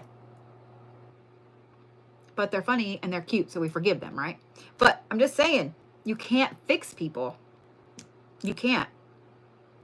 And I know that a lot of you need to hear this next thing. It took me a long time to realize this. You know that old saying, you can lead a horse to water, but you can't make it drink. I never understood that saying until I got in my 40s. And I realized when I was watching someone that I loved not give a fuck about their mental health, about their physical health, about their life, about their marriage, about their kid. I watched all of it. And I realized one day, because I had done everything I could to try to get this set up and that set up and try to do everything I could to help, right? And they said, nope, nope, nope, nope, nope, nope. Everything was nope, nope, nope, nope. And I remember sitting in bed and I was crying because I was like, if you would just have said yes and signed this paperwork, I could have gotten money each month to help take care of you. If you would have just done this, you know what I mean? I was going through all these things, and this, like, somebody went like that right in my forehead, just thumped me right in the fucking forehead. You can't fix people. You can't. You can only help someone as much as they're willing to help themselves. And that sucks. And it's really hard to hear that.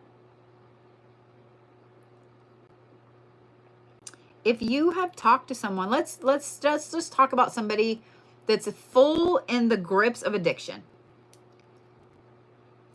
You can't force them to not do it. This goes for toxic relationships. You get addicted to being in that toxic relationship. You can't force them to change. You can't force them to not do something. You can't force them. Do you see what I mean?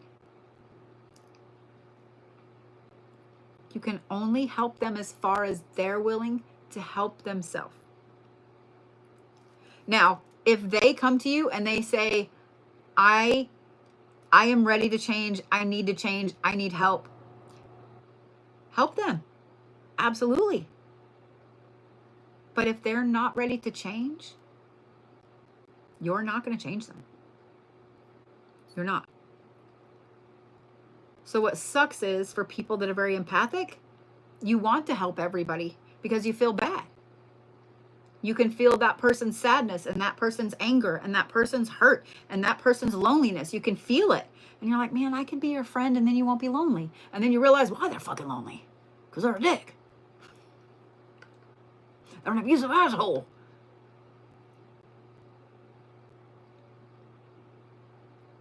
people that also have had a traumatic childhood want to fix other people because it's their way of attempting to fix their own childhood, when really you need to work on your own childhood. But the reason that I say that, and the reason I pointed out that this goes from, you know, young, healthy, happy to this, is because I feel like life-wise, you're putting too much effort into trying to fix other people, into trying to make sure that other people are always happy. And here's the other thing that's really hard. And this is something that, it's funny. I heard Will Smith say this in an interview, and I really thought about it for a minute, because I was like, wait, what? No. This was in like, I don't know, excuse me, maybe it was 2014. I can't remember. But anyway, he said, you're not responsible for anybody else's happiness. You're responsible for your happiness. And I really thought about that. And I'm like, no, because like I got to make my spouse happy and my kids happy. And then I thought, I actually don't, though.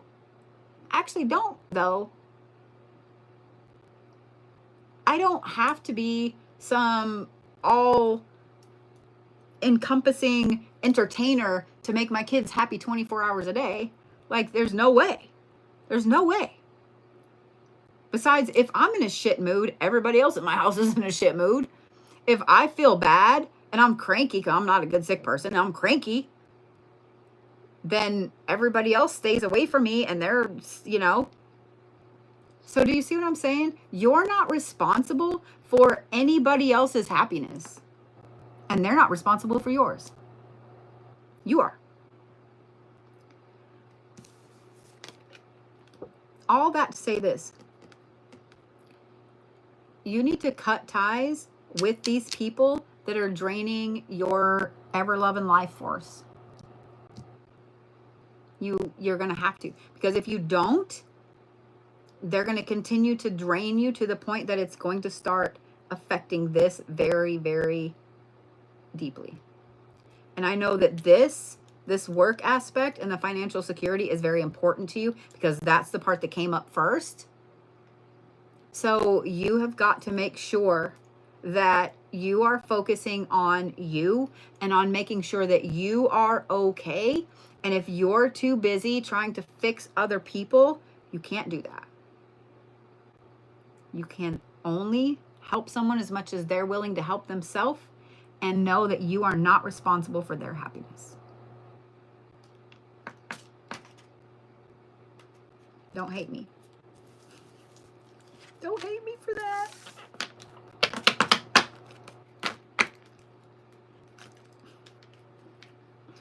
You're welcome. You're welcome. Yeah, I'm just glad you're not like, I'm never watching you again.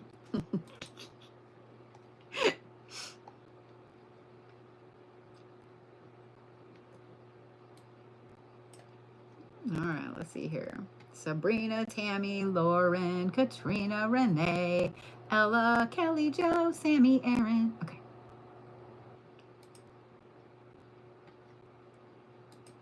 Oh, no, I already did Sabrina. I'm like, wait, what's wrong? Why is it doing that? My sorry, don't listen to me. Don't listen to me.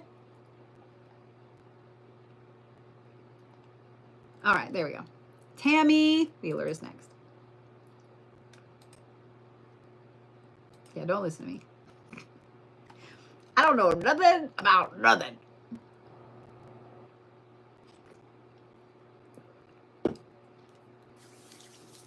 Well, I will tell you guys what. I'll probably do a couple more, and then y'all need to go to bed, get some sleep, and so do I. Plus, I gotta go take all my medications.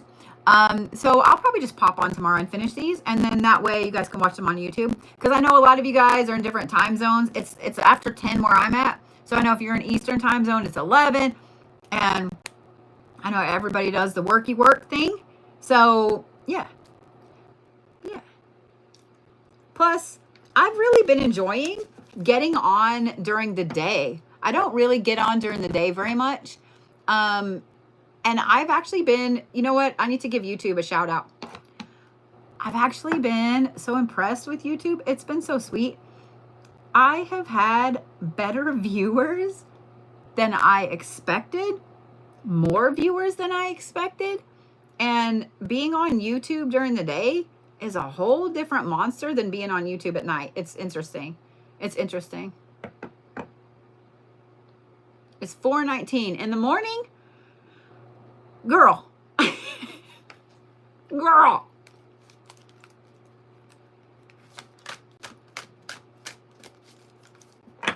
Hot. You're welcome.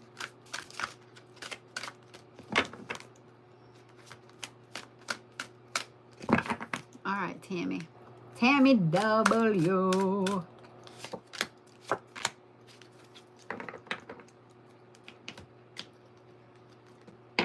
Aw, I'm glad, Tabitha. Whoop. Okay, then. Whatever comes up. Okay. Plus, I'm also trying to be kind to my mods as well. Before I turn Tammie's cards over, I promise I won't go into a long diatribe.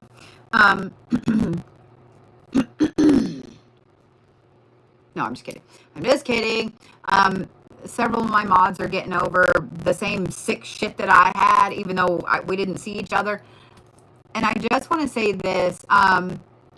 Y'all do not play around with whatever this sickness is going on. When I got back from Pennsylvania, I was sick as fuck. I know a lot of people over the last month that have had this crazy sinus, respiratory, stupid infection shit. And my doctor even said whenever I got back and I called her, I was like, hey, like something's wrong. She was like, I need you to be really careful because this is turning into pneumonia really, really quickly. My son in Washington is sick. And they were worried he was going to get pneumonia. Like, it's gotten really, really bad. Okay. And I don't know if you guys saw the news or not, but we lost Val Kilmer yesterday to pneumonia. Please be careful. Please be careful. If you are starting to get sick, please, please take some meds. Okay. Take care of you. If you know somebody that's really sick and they're not taking care of themselves, do what you can to kind of help them. Pay it forward. Okay. Please, please, please, because I would miss you. I would miss you. I had a sad morning because Val Kilmer was like probably one of my all-time favorite actors. So, yeah, please don't mess around with this, okay? Please, please don't mess around with this. I'm begging you, all right? I'm begging you. I would miss you if you weren't here. I would. I would. So, yeah.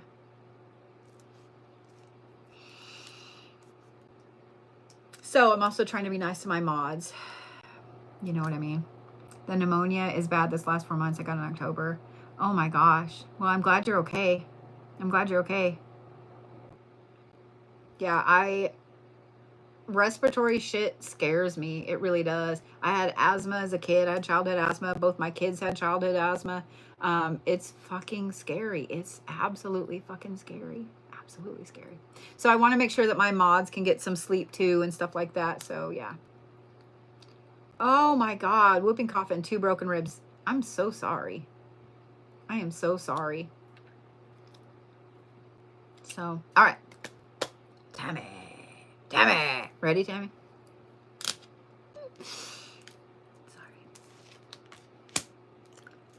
Guilt, protection, and courage. Okay. Obsession, grounding, and learn the truth.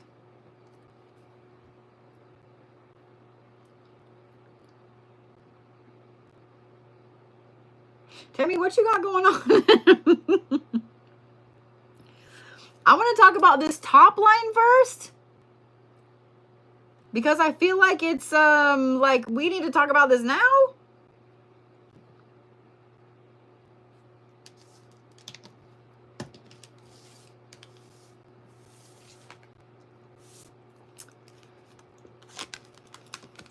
Obsession, grounding, and learn the truth.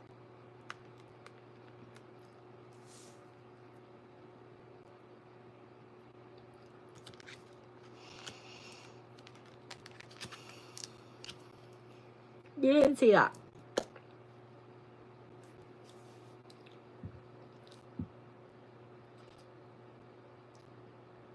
The fact that you have guilt and protection and courage down here, this whole thing, I'm trying to not either wrinkle my forehead so much that I have a permanent crease, or do my eyebrows go back into my fucking forehead, because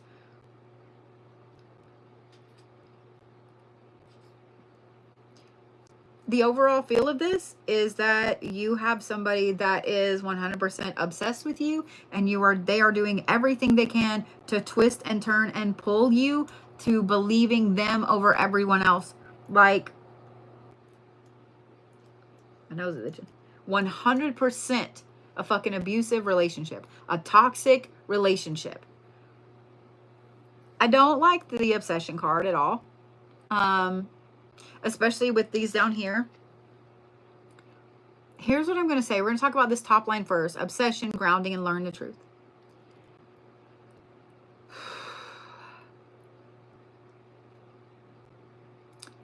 I'm going to advise you to do the following thing.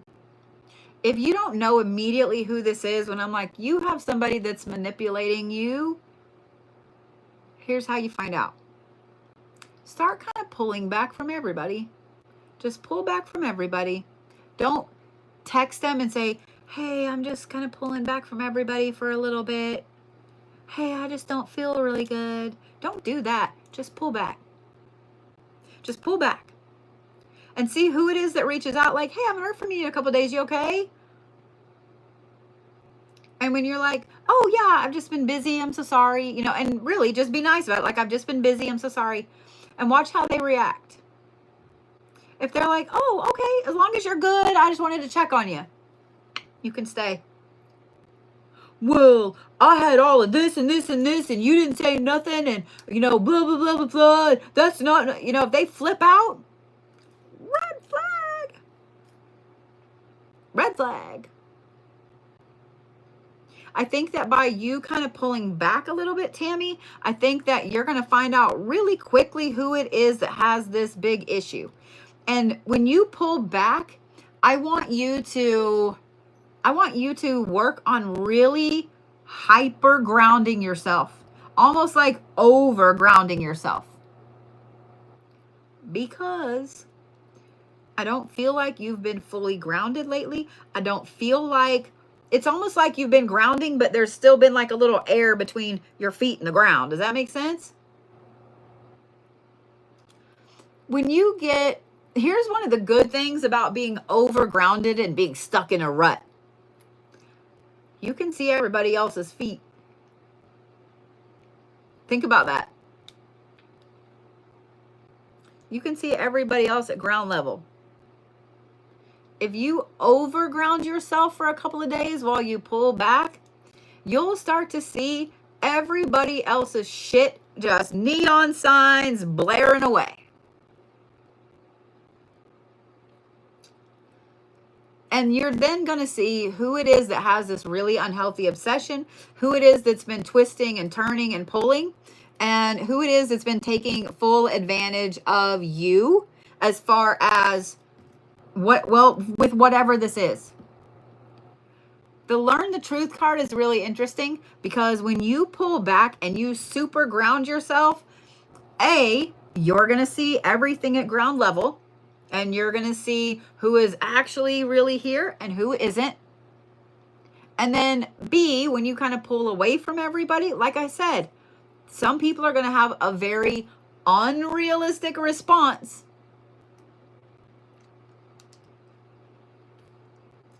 It's going to show you really quickly who it is that's been doing all of these bullshit things to you.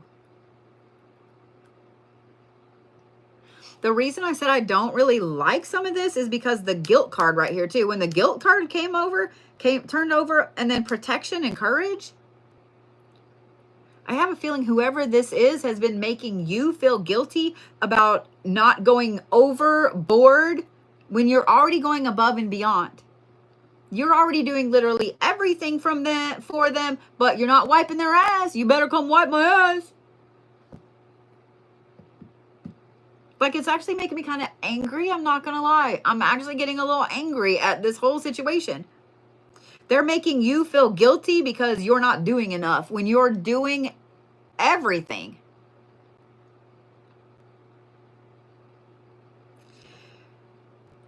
You're divinely protected when it comes to this situation. You just need to step out of the situation. I think learning the truth will help you see that you are really divinely protected. And I think that learning who this is, I keep doing this, like learning who this is that's doing this and manipulating you, that's going to provide this, and this is the courage to absolutely walk the fuck away.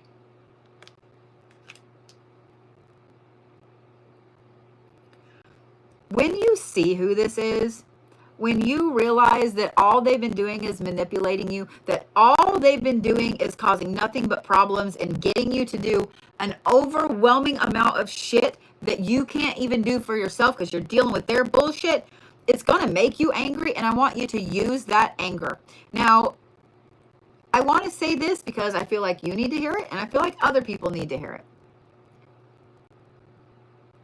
There's a reason when someone's an ex that they're an ex.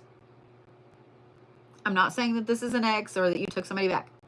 When you break up with someone, you break up with them.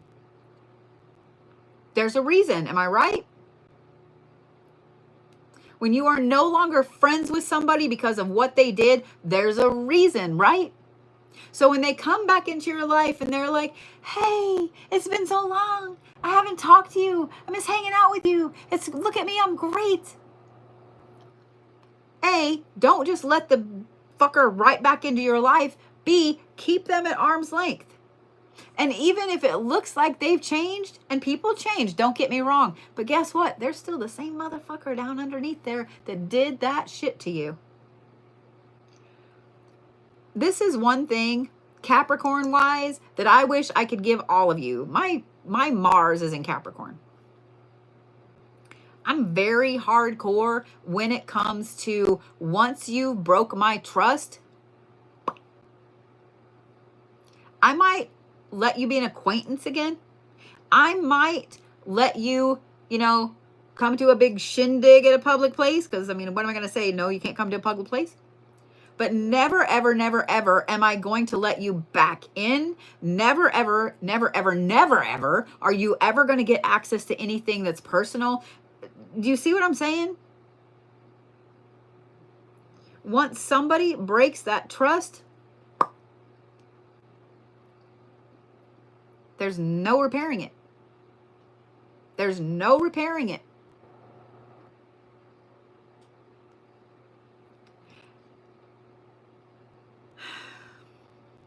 I've had people that I've had to cut off that have tried to come back into my life a few times because that's their MO. They push somebody too far, they get blocked, and then they wait, and a couple years later, they're like, hey, they're testing the waters. If you know you fucked up and they don't come at you with an apology, like if they know they fucked up and they don't come at you with an apology, they're not like, hey, I really hate how we ended things. Can we talk? That's cool. Let's chat. Hey, I'm really sorry that I was a fuckhole. Can we talk? Cool, let's talk. They just come at you with, hey, no. Absolutely not. Hey, you want to go hang out? Absolutely not. But I have had people that I have repaired the relationship with and we're friends again, but I still don't trust you. Because that anger, I keep it in a little tiny box. You know why I keep it in a little tiny box? Because whenever I start to let my guard down a little bit, like, oh, you know what? Like, they really were a good friend. They really, were really smart. They really helped out with this. That bitch also did X, Y, Z, purple, 4, 7, Q, 9, 25, green.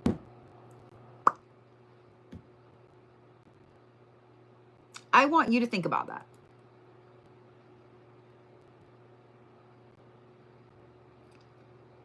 I might forgive somebody for some stuff, but I ain't never gonna forget what you did. if you used me, if you stole from me, if you abused my kindness or my trust in any way, if you fucked me over in any way, absolutely not. I will remember that till the day my soul passes away, till the day my soul goes to wherever and then goes to wherever from there.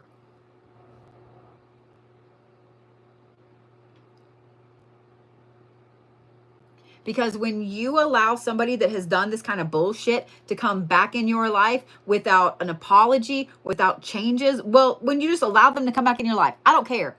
And some of you guys are like, well, yeah, but you know, like people can change. Yes, they can. Yes, they can.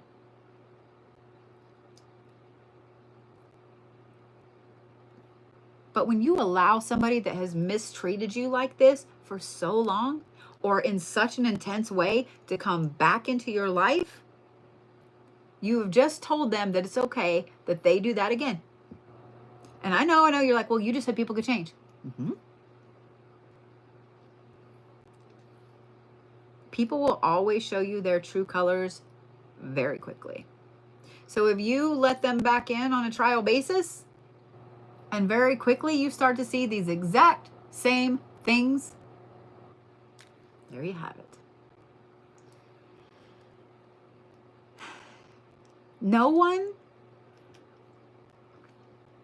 almost yawned, no one is going to advocate for you like you will advocate for you.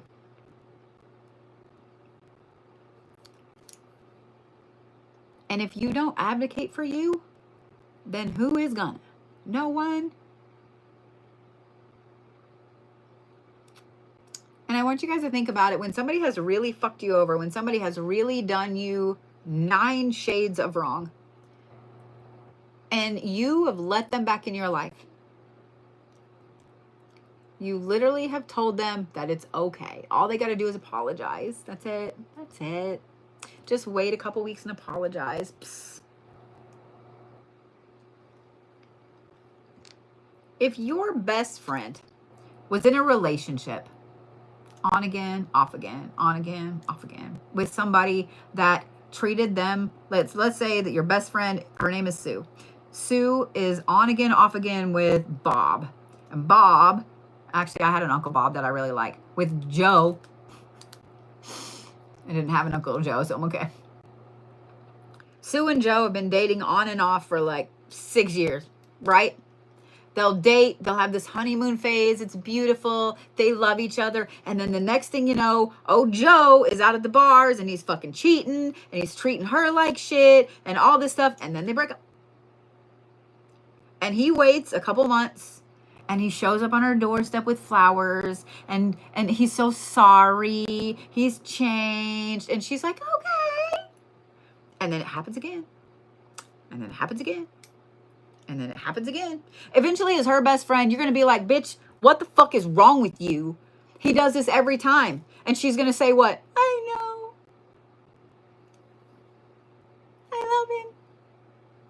First of all, you can't help old Sue over here. She's stuck in this fucking karmic pattern until she pulls her head out of whoever's ass it's up. And 2, would you not be furious at her? Would you not be so upset at the other person? Would you not be trying to help her boost her self-esteem so she doesn't go back with old fuck toy over here? Of course you would. She's your best friend. So if you wouldn't allow that to happen to your best friend, why do you allow it to happen to you?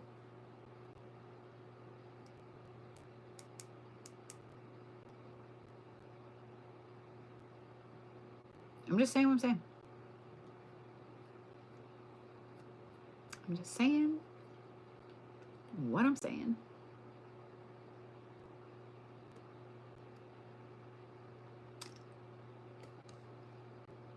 Tammie, don't make me come down there.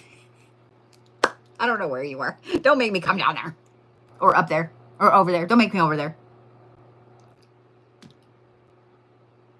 I will spiritually throw a bunch of bitch for you. Don't make me do it.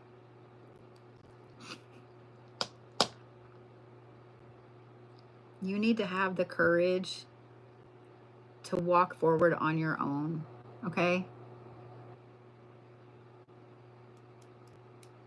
cutting that tie and moving forward is going to put you in a place that you've only dreamed of being. And then when you get there and you see how amazing the view actually is in real life, you'll wonder why it took you so long to get there. I promise. I promise.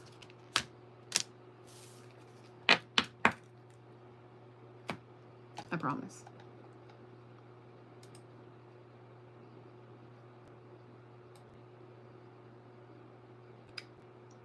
So Ella Rose, Aaron,